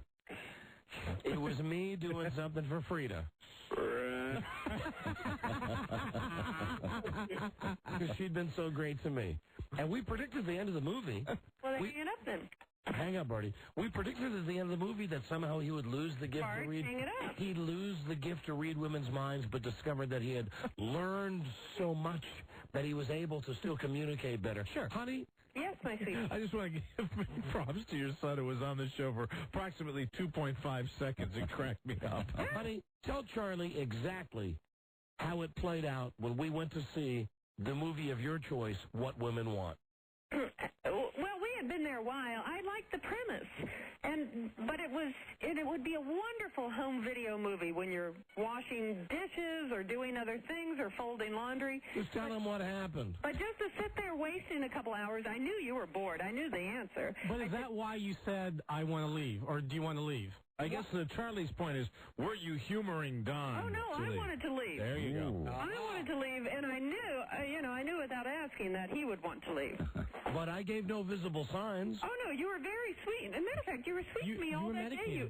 You had shopped with me, and then you went and you went to the movie that I wanted to go. I don't know what you were feeling bad about, but you were very sweet. Oh, listen, you'd been very nice to me. I'd been ill, and we had our, my little getaway there, and we went to see the movie, and we walked out. Honey, approximately how long into it? When did we walk out? Right after she was modeling the prom dresses? Yeah, it was just too much, and during the holidays, you got a lot to do. To just sit there, it was stupid. You were like a captive watching a dumb movie. And I like Mel Gibson, and I liked the idea, but women don't think those stupid things they were saying what women think anyway. I mean, who thinks when they're running and they're developing their ad campaign for Nike, oh, I'm free, I'm finally the person I want to be, I'm able to run and be on my own, or I have time just for me. I mean, I had been running that morning, and what I was thinking was, what I still needed to get done for Christmas, what we were going to have, be drinking New Year's. I mean, I had jobs and things on my mind, not these dopey women thoughts. Thank you. Well, he loved it. We gave him the choice. We said of Castaway, The Family Man, or What Women Want. Which was the best movie? I said I laughed a lot during What Women Want. And my God! And then the scenes like the girl trying on the clothes, and I liked seeing Mel Gibson dance. I thought that was cute, and luckily that was 10 minutes into it, because if that had been like an hour into it, it would have been bored. But it would have made a fine premise for a sitcom. But it was just You hear that, Charlie? Yes, I did, John. You hear that? And you know something? This is probably going to be Mel Gibson's most commercially successful film. And I say that it's a testament to the stupid house browse. More than Braveheart? You should have seen on the way. Yeah, you think this will out earn a Lethal Weapon movie? Yeah. When Frida and I... It's on the way. It is not dropping. Every weekend, it has been staying steady. Hey, hold on. And it's projected this weekend to still do another 14 to 16 million. Speaks well of America, doesn't it? Hey, you know what? We have this discussion at my house all the time, and that's why mediocrity is so popular. I mean, mediocrity, we have it in relation to radio shows that do well. And we'll say, oh, my God, that takes no thought, and that's so predictable. But people, I mean, it's easy to listen to. That's what Frida says to me about Jack Diamond. A lot of times I'll come home and I'll say, geez, I can't believe what just an asswipe Jack Diamond is. And she'll say, well, people like stuff that's no good. Yeah, simple, easy to take. Very easy medicine to take. All right, well, thank you, honey. Okay, I got a lot more opinions. I'll give them another day. All right, love you. Okay, love you too. See ya. Bye, sweet. Bye-bye. But I like this show. This show's Ipecac. Family Man is also not bad at all. I've heard good things about Family Man. Yeah. Very heartwarming. And I saw a picture of Tia Leone in the tabloids that made me intrigued about her new breasts. Yes, there's a shower scene. I hear it's not her. She has beautiful, large, round breasts. Really? She is not the Tia Leone from when she had her TV show. She is a new buxom Tia Leone. She is really not a buxom Tia Leone. Did David Duchovny buy those for her? I don't know. I wasn't in on the room at that time. So she wouldn't need him to, because she got her own money, right? From her series. I know, but she's married with him. Yeah, he had to approve. He probably had to sign off on the purchase. Right. Now he's the one that's going to squeeze him. Don and Mike show. Hello. Hello? You're on the air. No kidding. Okay, well, I wanted to call and tell you how awful that What a Woman Wants movie is. That is what men think What a Woman Wants. Like, women want some boorish, self-absorbed, pompous guy. Like, this is a newsflash? Is that why Charlie liked it? Charlie? Yes, ma'am. No, I laughed. I thought it was funny. That's all. Everyone has their own opinion. Why am I getting beaten up today? All right, thank you. That's okay, ma'am. You have your opinion. Thank you. Bye-bye. And your opinion is right, ma'am.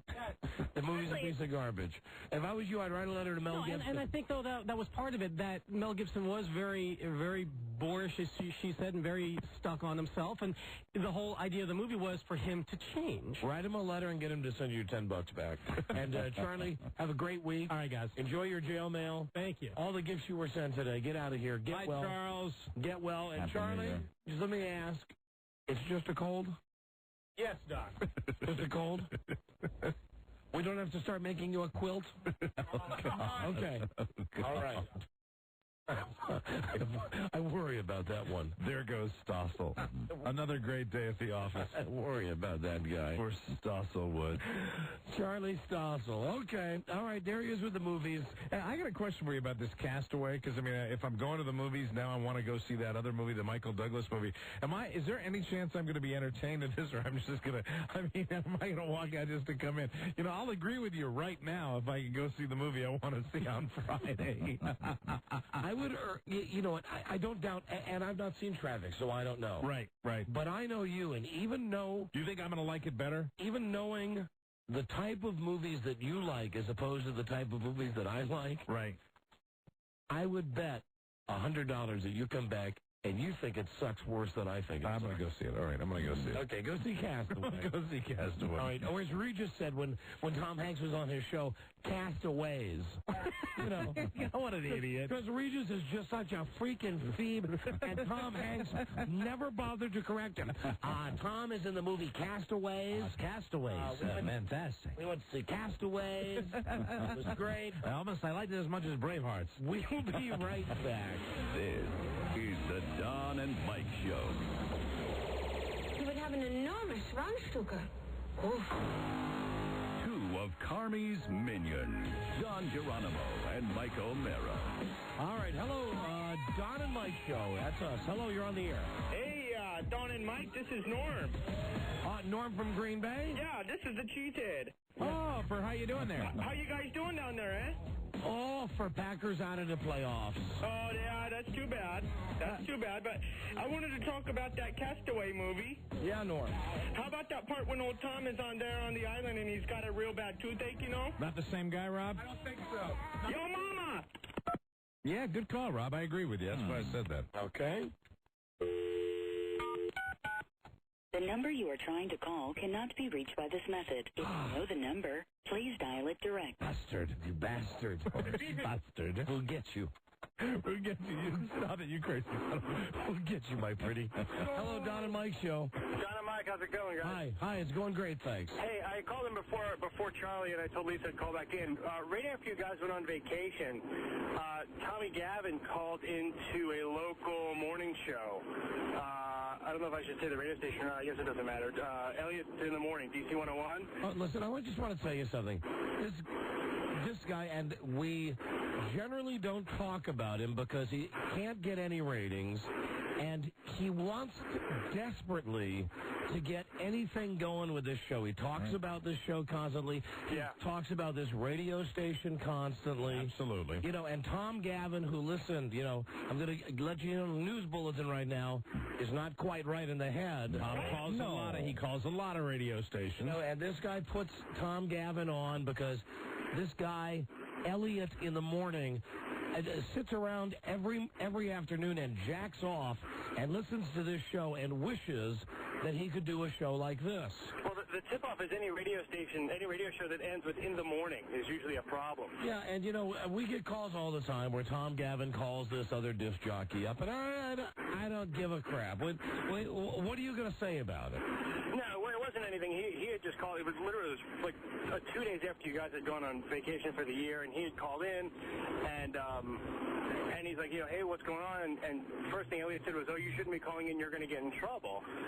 And Tommy's like, oh, I don't care. Yeah, he's using Tommy. He's using Tommy to get to us. It's not going to work. You know, the guy says you shouldn't call because you're going to get in trouble because the guy spends all afternoon whacking off listening to our show. He wants Tom to get in trouble. We're not going to get Tom in trouble. Tom doesn't fit into that category. I'm not trying to get Tommy in trouble either. I just didn't know if you guys had heard about it or not. Listen, I want to tell you something. Odd to hear him on another All right, hey, slow down. Slow down, professional. Just let me explain for a second. First, we don't care if Tom Gavin calls other shows. Second, the guy on 101 is mired in the backpack of morning radio shows. I mean, for God's sakes, The guy can't beat Jack Diamond in the ratings. That is truly sad. He wants to do anything to get himself attached to this show.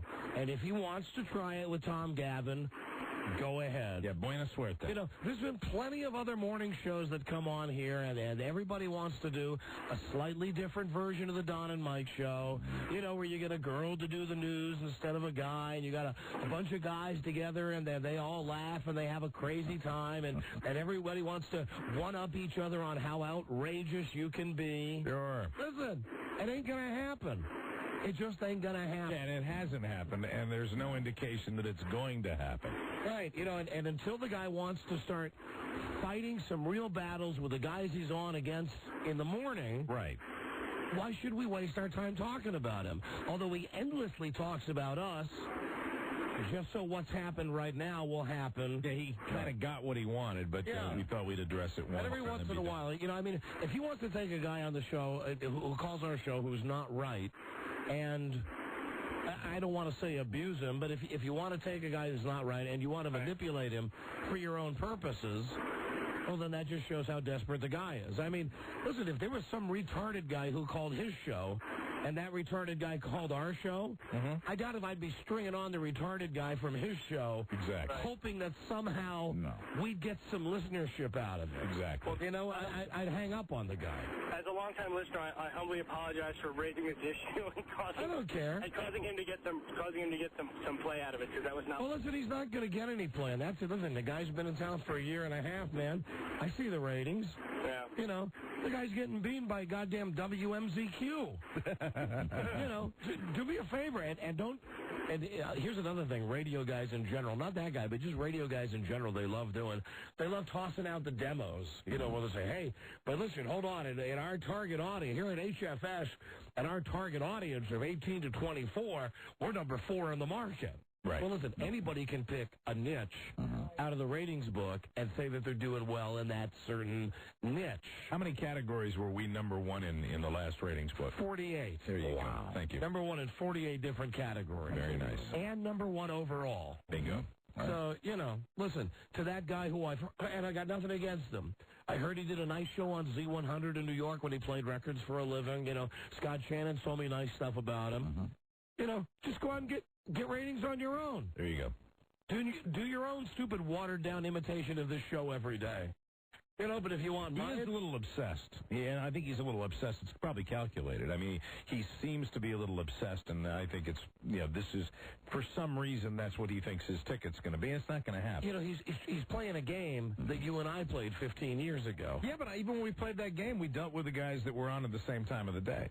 We really did. I mean, that's when we dealt with it. In this town, though... There's nobody on at the same time of day that's worthwhile. Right. Our show is the only show in town that everybody listens to and everybody talks about. Exactly. So the guy's just trying, you know, listen, you want a commercial for your show, for your morning show? Call our sales department. They get about $3,500 a spot. Be fantastic. I'll sell you a spot for your show. Probably do you some good. And as a matter of fact, you want Tom Gavin? You can have him. Yeah, keep him. Right, please. Very good. Hello, Don and Mike show. I already gave him his alphabet. Hello. Thanks, Happy. Don and Mike. Hi, guys. I'm calling from New York. Hi there. You're on the air. Yeah, I know. I know you guys are big fans of Mad Magazine. I was wondering, did you guys see the 20 Dumbest Things of 2000? I do have the issue. It's a glossy issue. Haven't read it yet. Does that taint the issue for you when Mad Magazine comes in that glossy format? No. It's a special issue, Mike. I understand. Special issue. Glossy pages is only like 14. I figured it was special when it was all glossy. All glossy. Done high tech. Like the pages are like Entertainment Weekly variety of pages. That's quality. Yeah. You know, all shiny and stuff. All shiny and pretty. Hey, listen, I'm not ashamed to tell you, I get Mad Magazine. Buzz has been giving me a subscription for the last 5 years for Christmas, and it's a battle every month in my house between Bart and me. What is your favorite Mad Magazine feature? You probably said this, but I don't remember. Spy versus Spy. Yeah. Spy versus Spy. Even since the Spy versus Spy guy died, and they got another guy doing Spy versus Spy. Still good. I also like The World According to Dave Berg. Yes. However, here's my complaint with that, is that as the years have gone on, I don't know if he's getting older, he's running out of ideas, but the cartoons get bigger. Right. Meaning that if it used to be like the lighter side of marriage, the lighter side of carpooling, he would be able to fit 4 or 5 or 6 little vignettes on a page. Right. Now he gets 3 on a page just because he's drawing them all bigger. He's probably not even drawing them anymore. Oh, no, I believe he still draws. Do you think he's still doing? I mean, a lot of those guys, you know, they have big staffs and staph infections. I think all my mad fanatics out there would agree with me. That's my first stop is the lighter side, and my second stop is Spy versus Spy. Spy versus Spy with their pointy little faces. And when it comes to a parody of television or movies, if it's drawn by Mort Drucker, it kicks ass. How do you weigh in on the fold-in? I am a fan of the fold-in. That's the first thing I would go to immediately. No, but you don't do it until you read the whole magazine, because otherwise it ruins the sanctity of the magazine. I don't know, because you can flatten it out pretty good afterwards, but it's so great. It's the fold-in. No, but the fold-in is like a treat, a dessert. The dessert, yes, thank you. But the fold-in is the dessert of Mad Magazine. Touché. After you've read everything, and after you've read it twice to make sure you've read all the little funny stuff, then you do the fold-in. Then you manipulate the back cover. And you match it up. Yeah. So it'll be a wacky picture instead of the previous picture. Oh, he's always a wacky gag. Always a wacky gag. I like Mad, too. Always is. Yeah, very good. Love Mad Magazine. Well, what about it? Well, I was just wondering, because there's some stuff on the list that I thought you guys would find funny. I was just wondering, should I tell you the list? No, because I haven't read it yet. All right. And I'm sorry. That's just what a prick I am about Mad. All right, buddy. I'm sure you'll find it funny. All right. Thank you. Okay. All right. See ya. Isn't there some internet surfing to do? You just sounded like it, you know? It's like, okay. Hello. All right. Hello, Don and Mike Show. Am I on the air now? Yes. Oh, okay. My name is Obi. I'm Obi, the cab driver. Hey, Obi-Wan Kenobi. Yeah. No, I'm not Obi-Wan Kenobi, but everybody calls me Obi-Wan Kenobi. Obi, the cab driver. That's right, Obi, the cab driver. Yes, Obi. Yeah, you know what, Mike? What? I'm wondering if you can do the same thing you did for Hannah Storm, if you can do this for Pam Oliver. Pam Oliver, I'm sorry. Pam Oliver from Fox? Do you have the hots for Pam Oliver? I don't have the heart for her, but I just think that she's a beautiful woman. How come she doesn't have enough votes? And I know with the power of your show, she can get enough votes. Well, I'll tell you this. I do think that it's unfair on Playboy.com with the sexiest sportscaster that they only have one sister on there. That's right. It's like 9 white chicks, and some of the white chicks are not real pretty. And Pam Oliver. Yeah, where's Robin Roberts? Yeah, but Pam Oliver, you watch on Hey, hold on, do your Robin Roberts. Oh, come on. Prime time. You do a great Robin Roberts. Yes, sirree. Here's the latest in basketball. Yeah. Vote for me. Donna Mike. Yes, Obi. Yeah, Donna Mike. Yes, Obi. Can I say something? I get a lot of my customers listening to your show every day. We appreciate that. Thank you, Obi. You know, every day. A lot of them. And my customer, I have a customer in my car, and he never heard of Donna Mike before until he said, who is Donna Mike? I said, they're the radio god. You should say, though, you should call yourself Obi-Wan Kenobi. Yeah, Obi-Wan Kenobi. People call me that. There you go. All right, Obi. One. All right, well, listen, everybody, please, when you're done voting for Hannah Storm, vote for Pam Oliver. Pam Oliver. Pam Oliver, yeah. And Obi, finally, love your tampons.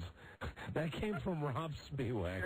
OB tampons. Remember those? OB Donna tampons. Mike, can I just do one more thing? Yes, Obi. Can I let people know my company? Can you what? Your cab company? Yeah. Yeah, well, go ahead, give him a plug. Okay, you know, I mean, it's called DC Limousine Cab Service. What was that again? Obi, if you're going to get a plug, you might want to work on the pronunciation a little bit. All right, it's was it DC Limousine and Cab Service? Cab Services, yeah. Wow. Okay. All right. Very good. Gave a plug and nobody understood. Right. All right. Listener and all my customers listen to you guys and everything. I got a customer here, but I don't know if he wants to talk to you. You want to see if my customer want to talk? Sure, put him on, Obi. Sure. Let's talk to the customer. Yes, put him on. Yeah, hold on a minute. Take the duct tape off his mouth. Let me ask him if the door locks work. Okay. Hey, Donna Mike, hold on. He wants to talk. Yes, hold on a minute. He's locked in the back of this cab. Yes, people don't realize Obi is the bone collector. Oh.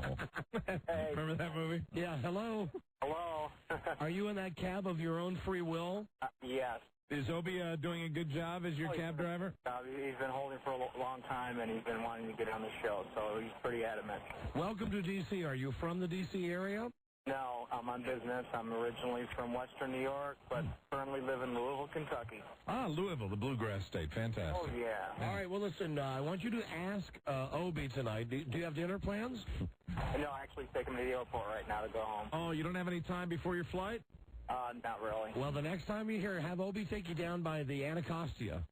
Anacostia. That is the most beautiful part of D.C. I've got to remember that next time. Anacostia. As a matter of fact, anything off 295 is beautiful. And do you like kind of medieval things, like medieval-themed restaurants? Haven't had much exposure to it. But With really great food, like great steaks? That sounds good to me. You might want to go to a restaurant. Next time your wife's in town, go to a restaurant called the Camelot. Those would be our two recommend. Hold on, and Rob's got a third. Yeah, and also, if you're looking for some nice company, if you're not with your wife, go to a nice place with a lot of good friends called Good Guys. Good guys, okay. So that would be the recommendation. First off, you really want to see the finest Washington has to offer. Sure. Anacostia, right off 295, and then it's Camelot for that medieval steak, and they give you a big thick steak. And then, rare. Oh, if you're just looking for a good time, sports bar type atmosphere, right? Good Guys. Oh, sounds good. And also Chaos is another nice club to go to if you want to go to a nightclub. You love that. A lot of beautiful women. Big women. Big, beautiful women. Huh? All right, let me talk to Obi, please. Okay, take care, guy. Bye-bye. Night. He's going to enjoy that 295 corridor. Hey, Obi, listen. Okay, I'm here. All right, listen, here's where you're taking him. First, you're taking him down to Anacostia. No, I'm taking him to BWI. No. First you're taking him to Anacostia. Then you're going to take him down to the Camelot. Right. Send me to Anacostia. Anacostia is dangerous. Are you talking about Anacostia in D.C.? Oh, he blew it. Our secret's out of the bag. And then you're going to take him to Good Guys after you take him to Camelot. And then take him to Club... Oh, okay, I see what you mean. And then, Good Guys in Georgetown? And Club Chaos. Okay, I mean, he wants to take the flight pretty soon. Yeah. You know? Okay. All right, Obi. Okay. All right. I know all this. All right. Thank you, Obi. All right. Okay. Donna Mike was nice talking to these guys, man. You guys Bye-bye. are All right. Bye, Obi. keep it up. Okay? All right. Bye. All right. Bye. See you, Obi. All righty. Thank you. Bye. Thanks for the call. Okay. Bye-bye. You made him very happy. Well, Anacostia is the best part of Washington. No S. Hello, Don and Mike. Last call. Hi, I'm going for the international show. The international show. Welcome to it. Yes. Is this Mike? Hi. Hi. Hey, Baz. Hey. Hi. Banana Dan. What? I was wondering if you've seen Family Man, because it looks like you didn't like it or something. Don, let me translate. Yes. It looks like you did not like Family Man. Did you? I did not see Family Man. Hello, friend. He did not see a Family Man. The movie. Okay? Uh-huh. That's good. How is your English? My English is good. No, it's not. Where are you from originally? What is your country of origin? Well, then take a guess. No, we don't like to guess. No, come on, just tell us. I'm Russian. I'm like, Oh, Russian. Das vidanya. Russians. Uh-huh. Right. I think Family Man was a good movie, though. All right, thank you. From the Russian point of view. Can I tell you more about it? No, because we know you have so many great movies in Soviet Union. Right, thank you, my friend. All right, guys. Okay. До свидания. Bye-bye. I forgot to mention, Russians are never welcome on this show. That's right. I never forget. Bye-bye. Still the enemy. Go check out 13 Weeks. Right. Great movie. Your people are well represented in that movie. Bye-bye. All right. Oh, he's still there. Okay. And after you see that, something lighthearted. Rocky and Bullwinkle. All right. Goodbye. Goodbye. Bye-bye. Another friend of me. How do you say hang up in Russian? Hang up, silly phone, Boychek. Hey, hang ski up ski. Place phone in cradle. español? Put the phone down. Hang up, please. Hang up now. Oh, Christ. Pay that man his money. Right. Exactly. Right. Goodbye. That's Russian. I know. It's time for news and comment now. He's not going to hang up. We're just going to move on with Buzz. Buzz? Yes. What is the lead story tonight on the news and the comments? Well, here in Washington, of course, the big story is that the Redskins have a new old coach. And for everybody, money got cheaper today. Really? Yeah. How you feel about that, Russian dude? He hang up during Buzz's tease. He finally hang up. Yes, because he understands we will get to the news whenever the F be pleased.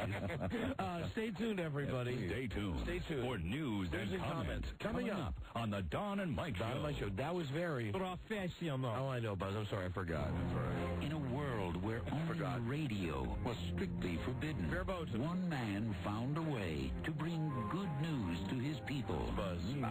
He made it up. Right. He loves his tape. We'll have the news after this. This is the Don and Mike Show. What's the word from Planet Crackpot? Yo, man. Ladies, step into their studio and talk to St. Peter. The Don and Mike Show. Right. News time now. Here's Guy Birdley. Hi, Don and Mike. The sickly stock market bounced back some today, with the Dow closing up by 300. NASDAQ was up by 325. Investors are clearly happy with the highly unusual move by the Fed today. Between sessions, and that never happens, the Federal Reserve lowered interest rates sooner and more than expected, down a half point. Now, for NASDAQ, today was the biggest gain ever for a single day, and President-elect George W. Bush praised the Fed for lowering interest rates, but he said the economy needs more than that, and he's pushing for a tax cut. He met with business leaders today who backed that idea. Here in Fairfax, Virginia, police have arrested a teenager for pretending to be a doctor. They say the 17-year-old... Was it Mike the TV boy? It could have been. He authorized prescriptions and okayed minor medical procedures at a local hospital. This story was all over the news before Christmas, that this kid had a doctor's pager. Right. And he was calling in not only medication to the hospital, he was calling in procedures to be done for patients. Right. Yeah, this kid never saw anybody. It was all done over the phone. Right. Yeah, instructions he gave to nurses. The hospital, and today, now, the news today is that he's facing charges. Charges have been filed. His name is Ferris. Ferris Bueller. Hello there. This is Norm Peterson. Give the patient a full enema and then remove his appendix. Thanks a lot, Rooney. The boy now faces 4 counts of practicing medicine without a license, 3 counts of prescription fraud. The hospital says he gave a dozen orders for 6 patients, and that only one of his orders, the last one, raised any suspicions. In other words... I think you should hire the kid. He made an acceptable medical decision 11 out of 12 times. Can your doctor say the same? Hey, Buzz, listen, no offense. All right, you should hire the kid to do your next surgery. Make him part of the permanent staff. Disneyland officials say they're still... Boo! Boo! Yes, you'll boo. Boo! You'll boo. Boo. Disneyland officials say they're still praying for the recovery of Brandon Zucker, but they say they had nothing to do with his injuries. Right. Oh, is this another guy who got killed on a ride or something? Well, this was a kid who was injured, and this was some time back. We talked about it back when it happened. The teacup ride? No, one of the newer, more modern rides, as a matter of fact, and this is in California. All right. Not Florida. Okay, my kids went on the teacup. I know they did, and they survived. Yeah, they did all right. Pleased to report. A report from California officials yesterday said that maybe Disney did have something to do with this accident. It said that from appearances, the boy was not completely latched into the Roger Rabbit cartoon spin ride. Wow. And the report... Security to Eisner. What is it? I was up here. Come on, I was polishing my brand new antelope boots. The kid on the Roger Rabbit ride has not died yet, sir. He's not dead? No. He is not dead yet, but we had a question. Should we contact his family to get the $21 cover charge? Of course you should. Absolutely. Send him over to Pleasure Island. Tell him to go take in the improv show. It's fantastic. We've hired cheap, out-of-work teachers. And they're going over there pretending it's a comedy show. Mr. Eisner, how do we handle it if the child dies? Over. You know how you handle it. Bury him behind the animal kingdom. As always, do you want us to take out the vital organs, sir? Over. Absolutely, and ship them to China. We're getting our best prices over there. The report says Disneyland needs to make some changes before reopening this ride. Make some changes. We'll make some changes when we get that $21 back. The boy's parents are suing for unspecified damages, accusing Disney officials of negligence. Oh, settle early. Settle early. With the usual settlement offer, that would be the Pocahontas Dome. The half-day pass to Disney World on a rainy day. All right, and throw in a mug. Throw in a Mickey mug. Mr. Eisner, the legal department advises you not to go that far. All right, take it back. Standard offer. Fantastic. I hope they enjoy the park. And the $21 pass to Pleasure Island. Get me that money. A cop in Suffolk County, New York, is under investigation for allegedly forcing an attractive woman to strip. 27-year-old Angelina Torres says the officer told her he'd stopped her for suspicion of drunk driving. Suspicion of stripping. She says he made her walk home mostly nude. This little girl had knockers. To teach her a lesson. Cold as it was New Year's Eve, she walked home wearing only panties and high-heeled shoes. She was a whore. She says the officer followed her the whole way. New Year's Eve in New York? Quoting her just outside New York City. Wow.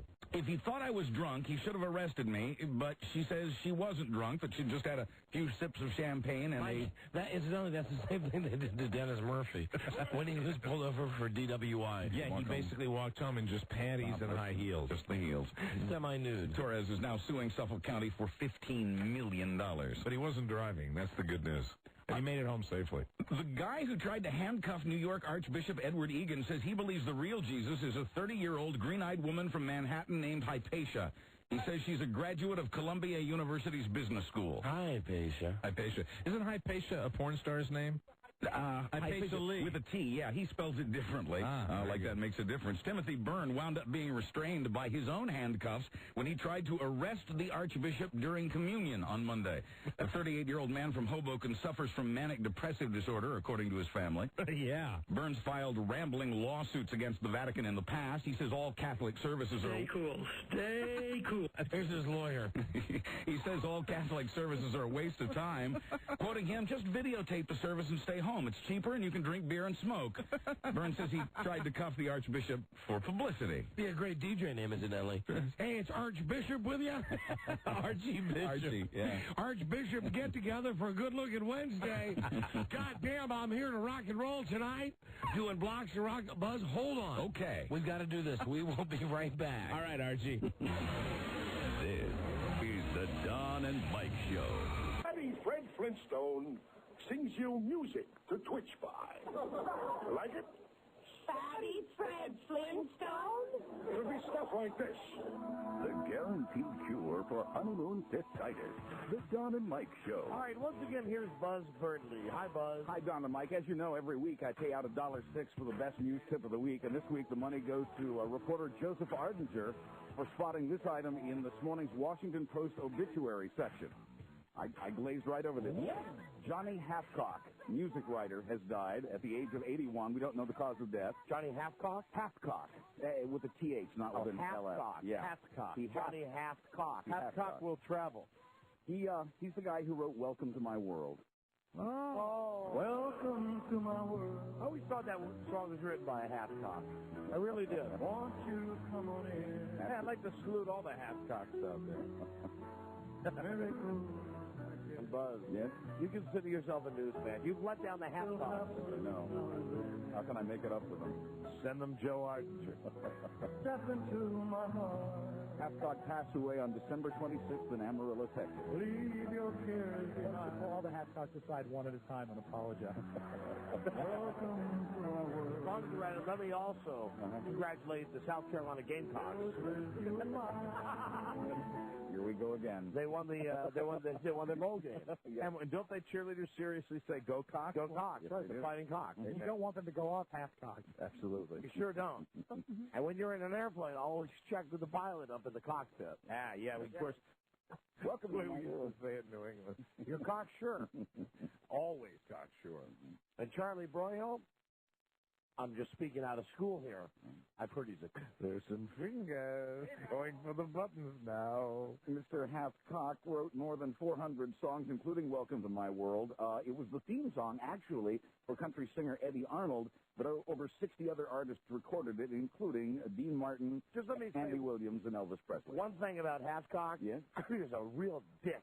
Oh, dear, I didn't know He's that. a real dickhead. Mr. Halfcock. Cock-a-doodle-doo. I found it impossible to pass up this headline. Blind man gets weapons permit. In Fargo, North Dakota, Kerry McWilliams has gotten a permit to carry a concealed weapon even though he is blind. Did you say his name is McWilliams? I did. It is. Oh, dear. The 27-year-old college graduate says he has the gun and he's not afraid to use it. Hey, Don, baby, how's it going? Let me tell you something there, Don. I can't see a thing in front of me, but I'll blow your head off. I swear to God. I'll blow it away. What he doesn't realize is I gave him the permit and a banana. The sheriff's deputy, he completed the background check so the county and the city were comfortable with him getting the permit. McWilliams cannot see any detail, only light and dark. But I see your head. I see the outline of your head. Your big head is going to be spaghetti and meatballs in a second. That's what he sees, outlines. He met the requirement. Oh, how do you like that? Met the requirement of firing 10 out of 10 bullets into a silhouette target. Can he move his neck? He has that advantage. Sorry about that. He got the 10 out of 10 after they put him into position and gave him a second chance. Quoting the deputy again, I don't see a problem with him doing it. I told him to be real cautious. Tonight there's gonna be a jailbreak. Whoopee. So, what are you going to watch on Thursday nights in February? New episodes of Friends or Survivor 2, The Australian Outback? They'll be on against each other. Probably Yes. Survivor. Me too. I think a lot of people. CBS is betting that you'll abandon your Friends for Survivor as it stages the first real challenge to NBC's must-see TV since the early 1980s, rather. For about 15 years, the Peacock has trounced its competition with the likes of Cosby, Night Court, Family Ties, Cheers, Hill Street Blues, L.A. Law, Mad About You, Seinfeld, Frasier, Friends, and ER. I just wish they could bring Richard Hatch back. But ABC's already beating Will and Grace with Who Wants to Be a Millionaire, so CBS figures the time's right to go after another chunk of NBC's Thursday night lineup, Big Dick Hatch. If CBS fails, it could mean the end of its most valuable show, Survivor. Hold on there, Buzz. We got to do this. We'll be right back. This is the Don and Mike Show. This all seems a little elaborate for Sloppy Joe's. I know what the other 11 forks are for, but what do you do with this one? Right, Marge, I believe you're supposed to scratch your ass with it. Oh, watch your... Oh, that's a lifesaver. Element of meanness in them. Don Geronimo and Mike O'Mara. Yeah. Hi, Buzz. Hi, Don and Mike. And will you be watching the new reality show Temptation Island? Oh, I will. I would rather wait to comment on this until tomorrow. Okay. That will do. Why? Because it's one of the things that I wrote down to talk about today, and we didn't get to it today. Okay. I don't want to waste it now in the news, and we got to rush to get all the commercials in. All right. I'm just excited about it. Find me some real news. Well, how about something about Hugh Hefner? That's always good. That's always excellent. I mean, not that Temptation Island isn't real news. It is. It would be real news if it was stocked with Playboy bunnies now. Then you'd have a real winner on your hands. How's your grotto? The grotto's fantastic. I'm bringing the twins down and taking the little blue pill. Well, pardon me? You're not dating the twins anymore. I'm not dating the twins. Well, why don't you update me on who I'm dating? That I will. Playboy founder Hugh Hefner is a new man ever since he started using Viagra, and now... love the blue pill. Now he's reportedly dating 7 women at once, one for every day of the week at the age of 75. Wow. Hi, Wednesday. Wednesday, this is Friday, Saturday.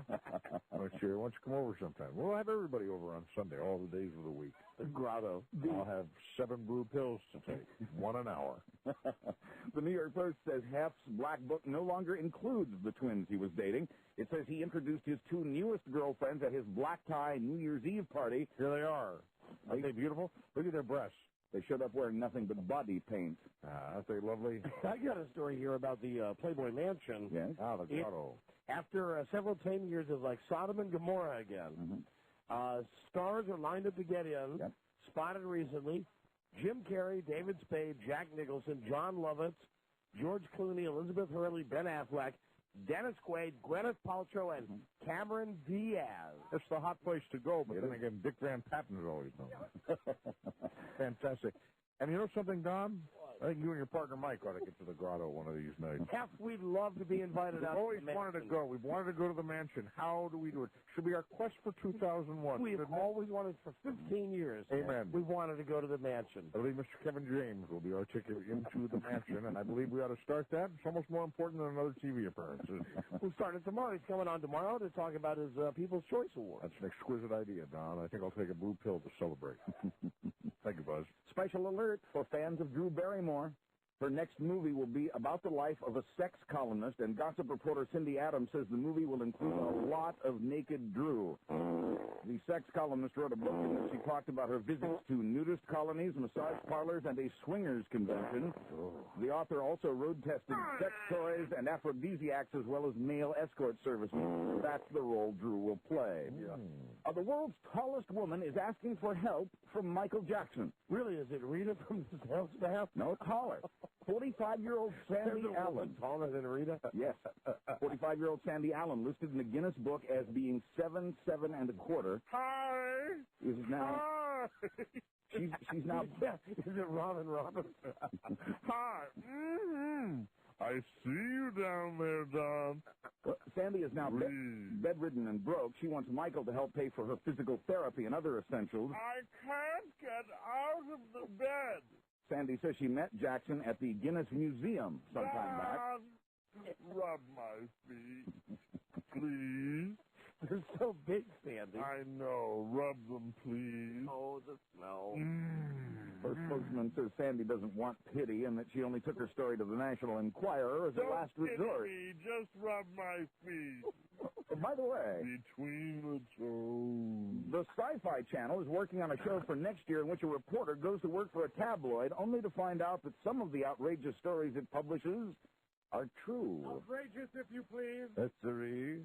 Adolf Hitler fantasized about being an American cowboy. According to a new book. Hold on. See, Rob. There you go. News directed. Put your feet up. Hi. Could you bring my horse around? After we round up the back 40, I'm going to have an experiment with some twins. Dum-dee-dee-dee-dum-dee-dee-dee-dum. Happy trails. Hi. The book says the Fuhrer would act out his fantasies during walks in the country. It says he carried a loaded pistol with him and crouched behind trees to shoot at imaginary Indian warriors. Get along, little doggy. The author says he got this information from Hitler's bodyguards, who also say he read everything he could about the Wild Wild West. Oh, my God. To this day, people still visit a museum honoring Hitler's favorite Western novelist. Hitler opened the Karl May Museum in 1928, and it's still open today. Yippee-yi-yo-ki-yay. Hi. Saddle. Hi. Hi, it's, the Cowboy Hitler. I'm thinking about writing side saddles. Please, Eva, call me Hopalong. Hopalong Hitler. Oh, God. Jesus Christ. Little college back east is fighting to protect its good name. Harvard University is going after everyone who uses that name on anything. Last week, it filed suit against a medical device company called Harvard Bioscience. The company was started by a Harvard grad, but it uses the school's colors on its website. Harvard. Unfortunately for the school, this company's been using the name without a challenge for the past 100 years. Harvard, in fact, is suing a couple of dozen parties for using the name, including one called NotHarvard.com. No word on whether the school plans to go after the people who grow the beets. And things have really turned around for Baltimore in the past year. The Ravens are doing extremely well. The murder rate is down. And Morty Bass is looking as good as ever? Yes, and Baltimore is no longer the syphilis capital of the U.S. But now someone has burglarized a police facility in Baltimore. Probably an inside job. On Christmas Eve, somebody broke into an internal affairs office and destroyed computers and stole file folders. And it came just as the department was closing in on some crooked cops. The crime report lists the victim of the burglary as the Baltimore Police Department. Hello there, huh? But they didn't have syphilis. How you doing? Although isn't Baltimore now number one? It's not syphilis. Chlamydia. Gonorrhea. One of the Rheas. They're still number one in some category. Still way up there. Perlman. All right, Buzz. Thank you for the news and the comments. Oh, Rhea Perlman. Buzz, thank you for the news and the comments. Time now for a call 100 and a prize package selected especially for you. Phone number 877-365-3636. Be right back. This is the Don and Mike Show. And she was saying that she was 2 weeks pregnant. And I didn't believe it because when you're just 2 weeks pregnant, you can't really tell just because you haven't seen your menstruation. Broadcasting under the protective umbrella of the PCAA, the Don and Mike Show. There for your protection. And now here is Guy Elston. Hi, Buzz. Hi, Don and Mike. In sports, here it is. The Washington Redskins have hired former Cleveland and Kansas City coach Marty Schottenheimer. Schottenheimer? He'll be head coach and director of football operations. Great. It's a 4-year deal worth $10 million. Great choice. What, was Rich Kotite not available? Apparently not. Was Bill Coslet not available? I guess. Sam White's not available? Made a list, didn't you? Pete Carroll not available? Ted Marchabrota not available? What, did Jerry Glanville turn you down? Bill Arnsparger out there? Jesus. Lately, Marty's been an analyst for ESPN. As a coach, he ranked 11th in career victories, 145 wins, 85 losses, and a tie. Right. Good luck. Just remember my advice earlier. Get a straw, hook it up to Snyder's ass. Right. Start felching. Thank you. Good night, everybody.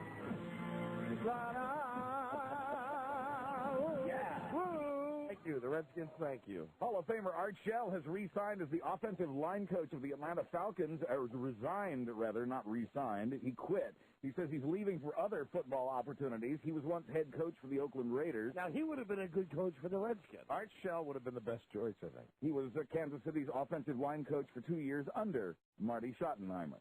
And third-ranked Florida State meets top-ranked Oklahoma tonight in the Orange Bowl in Miami. The Orange Bowl, by the way, isn't played in the Orange Bowl and hasn't been since 1996. It's played at the Dolphins Pro Player Stadium, but Orange Bowl Stadium officials say they still get fans showing up on game night asking why the parking lot is empty. Get to know Charlie. Why is the parking lot empty? Joe? Joe! I'm sorry, Charlie. I screwed up again. And finally, Charlie had the mind of a child. I did. Yes, he did. Do. Finally, judges in Canada are not buying the story Brendan Schmidt is telling. He says a woman who wanted sex from him bit his penis, injuring him badly. Oh. The woman, identified only as CG in court, says... Oh, the woman. Yes. I'm sorry, I had a fellow's initials for CG. I see. Cameron Gray. The woman says she bit Brendan in self-defense. Hey, no, I got it. What? It's Crystal Gale. Wow. Famous. Right, CG. The woman says she bit him when he pushed her head into his lap and tried to force her into a sex act. An appeals court believes her, not him, so he's been convicted of assault, not her. I'm Buzz Burbank. Cindy Garvey, my Venus. On the Don and Mike Show. No. We gotta go. No. We will be back tomorrow with the all-new episode. See ye then. Hello, Don and Mike Show. Hello. How's it going? It's going okay, my friend. I'm calling 100. There you limped through that. Way to go. What's your name? Frank. Where are you calling from? St. Leonard, Maryland. You are the 100th caller. You have won the Outer Limits prize pack. Outer Limits back. Thank you. The Outer Limits is back. Excuse me. Sit back and experience the unbelievable Sunday night at 1 a.m. Great time slot on Fox. The Outer Limits, but wait, there's more. You've won 25 Durex condoms. Outer Limits back. You'll love the way it's supposed to feel. Set yourself free with the most exciting condoms ever made. Durex condoms. Thank you. Thank you. Thank you for listening. Hold the line, please. Sure. Thanks. We appreciate it. We will be back tomorrow with the all-new episode. We'll be joined by TV's Kevin James. All right. Plus all the other stuff that we didn't get to on today's episode. Thank you for all the great calls today. We had a lot of fun. Thank you and good night, Buzz. Thank you. Good night, Don. Thank you. Good night, Mike. Thank you. Good night, Don. Robbie. Donnie. Please throw your Santa Claus out of the air. Just like Sydney. Tyler Moore. You might just make it out. touch. That was good touch. So long, everybody. Meow. See you tomorrow. Before we leave again, Sammy Davis Jr. saying, be kind, be nice, and I hope the next performer has the pleasure of having as nice an audience as you've been tonight. And let me leave you swinging.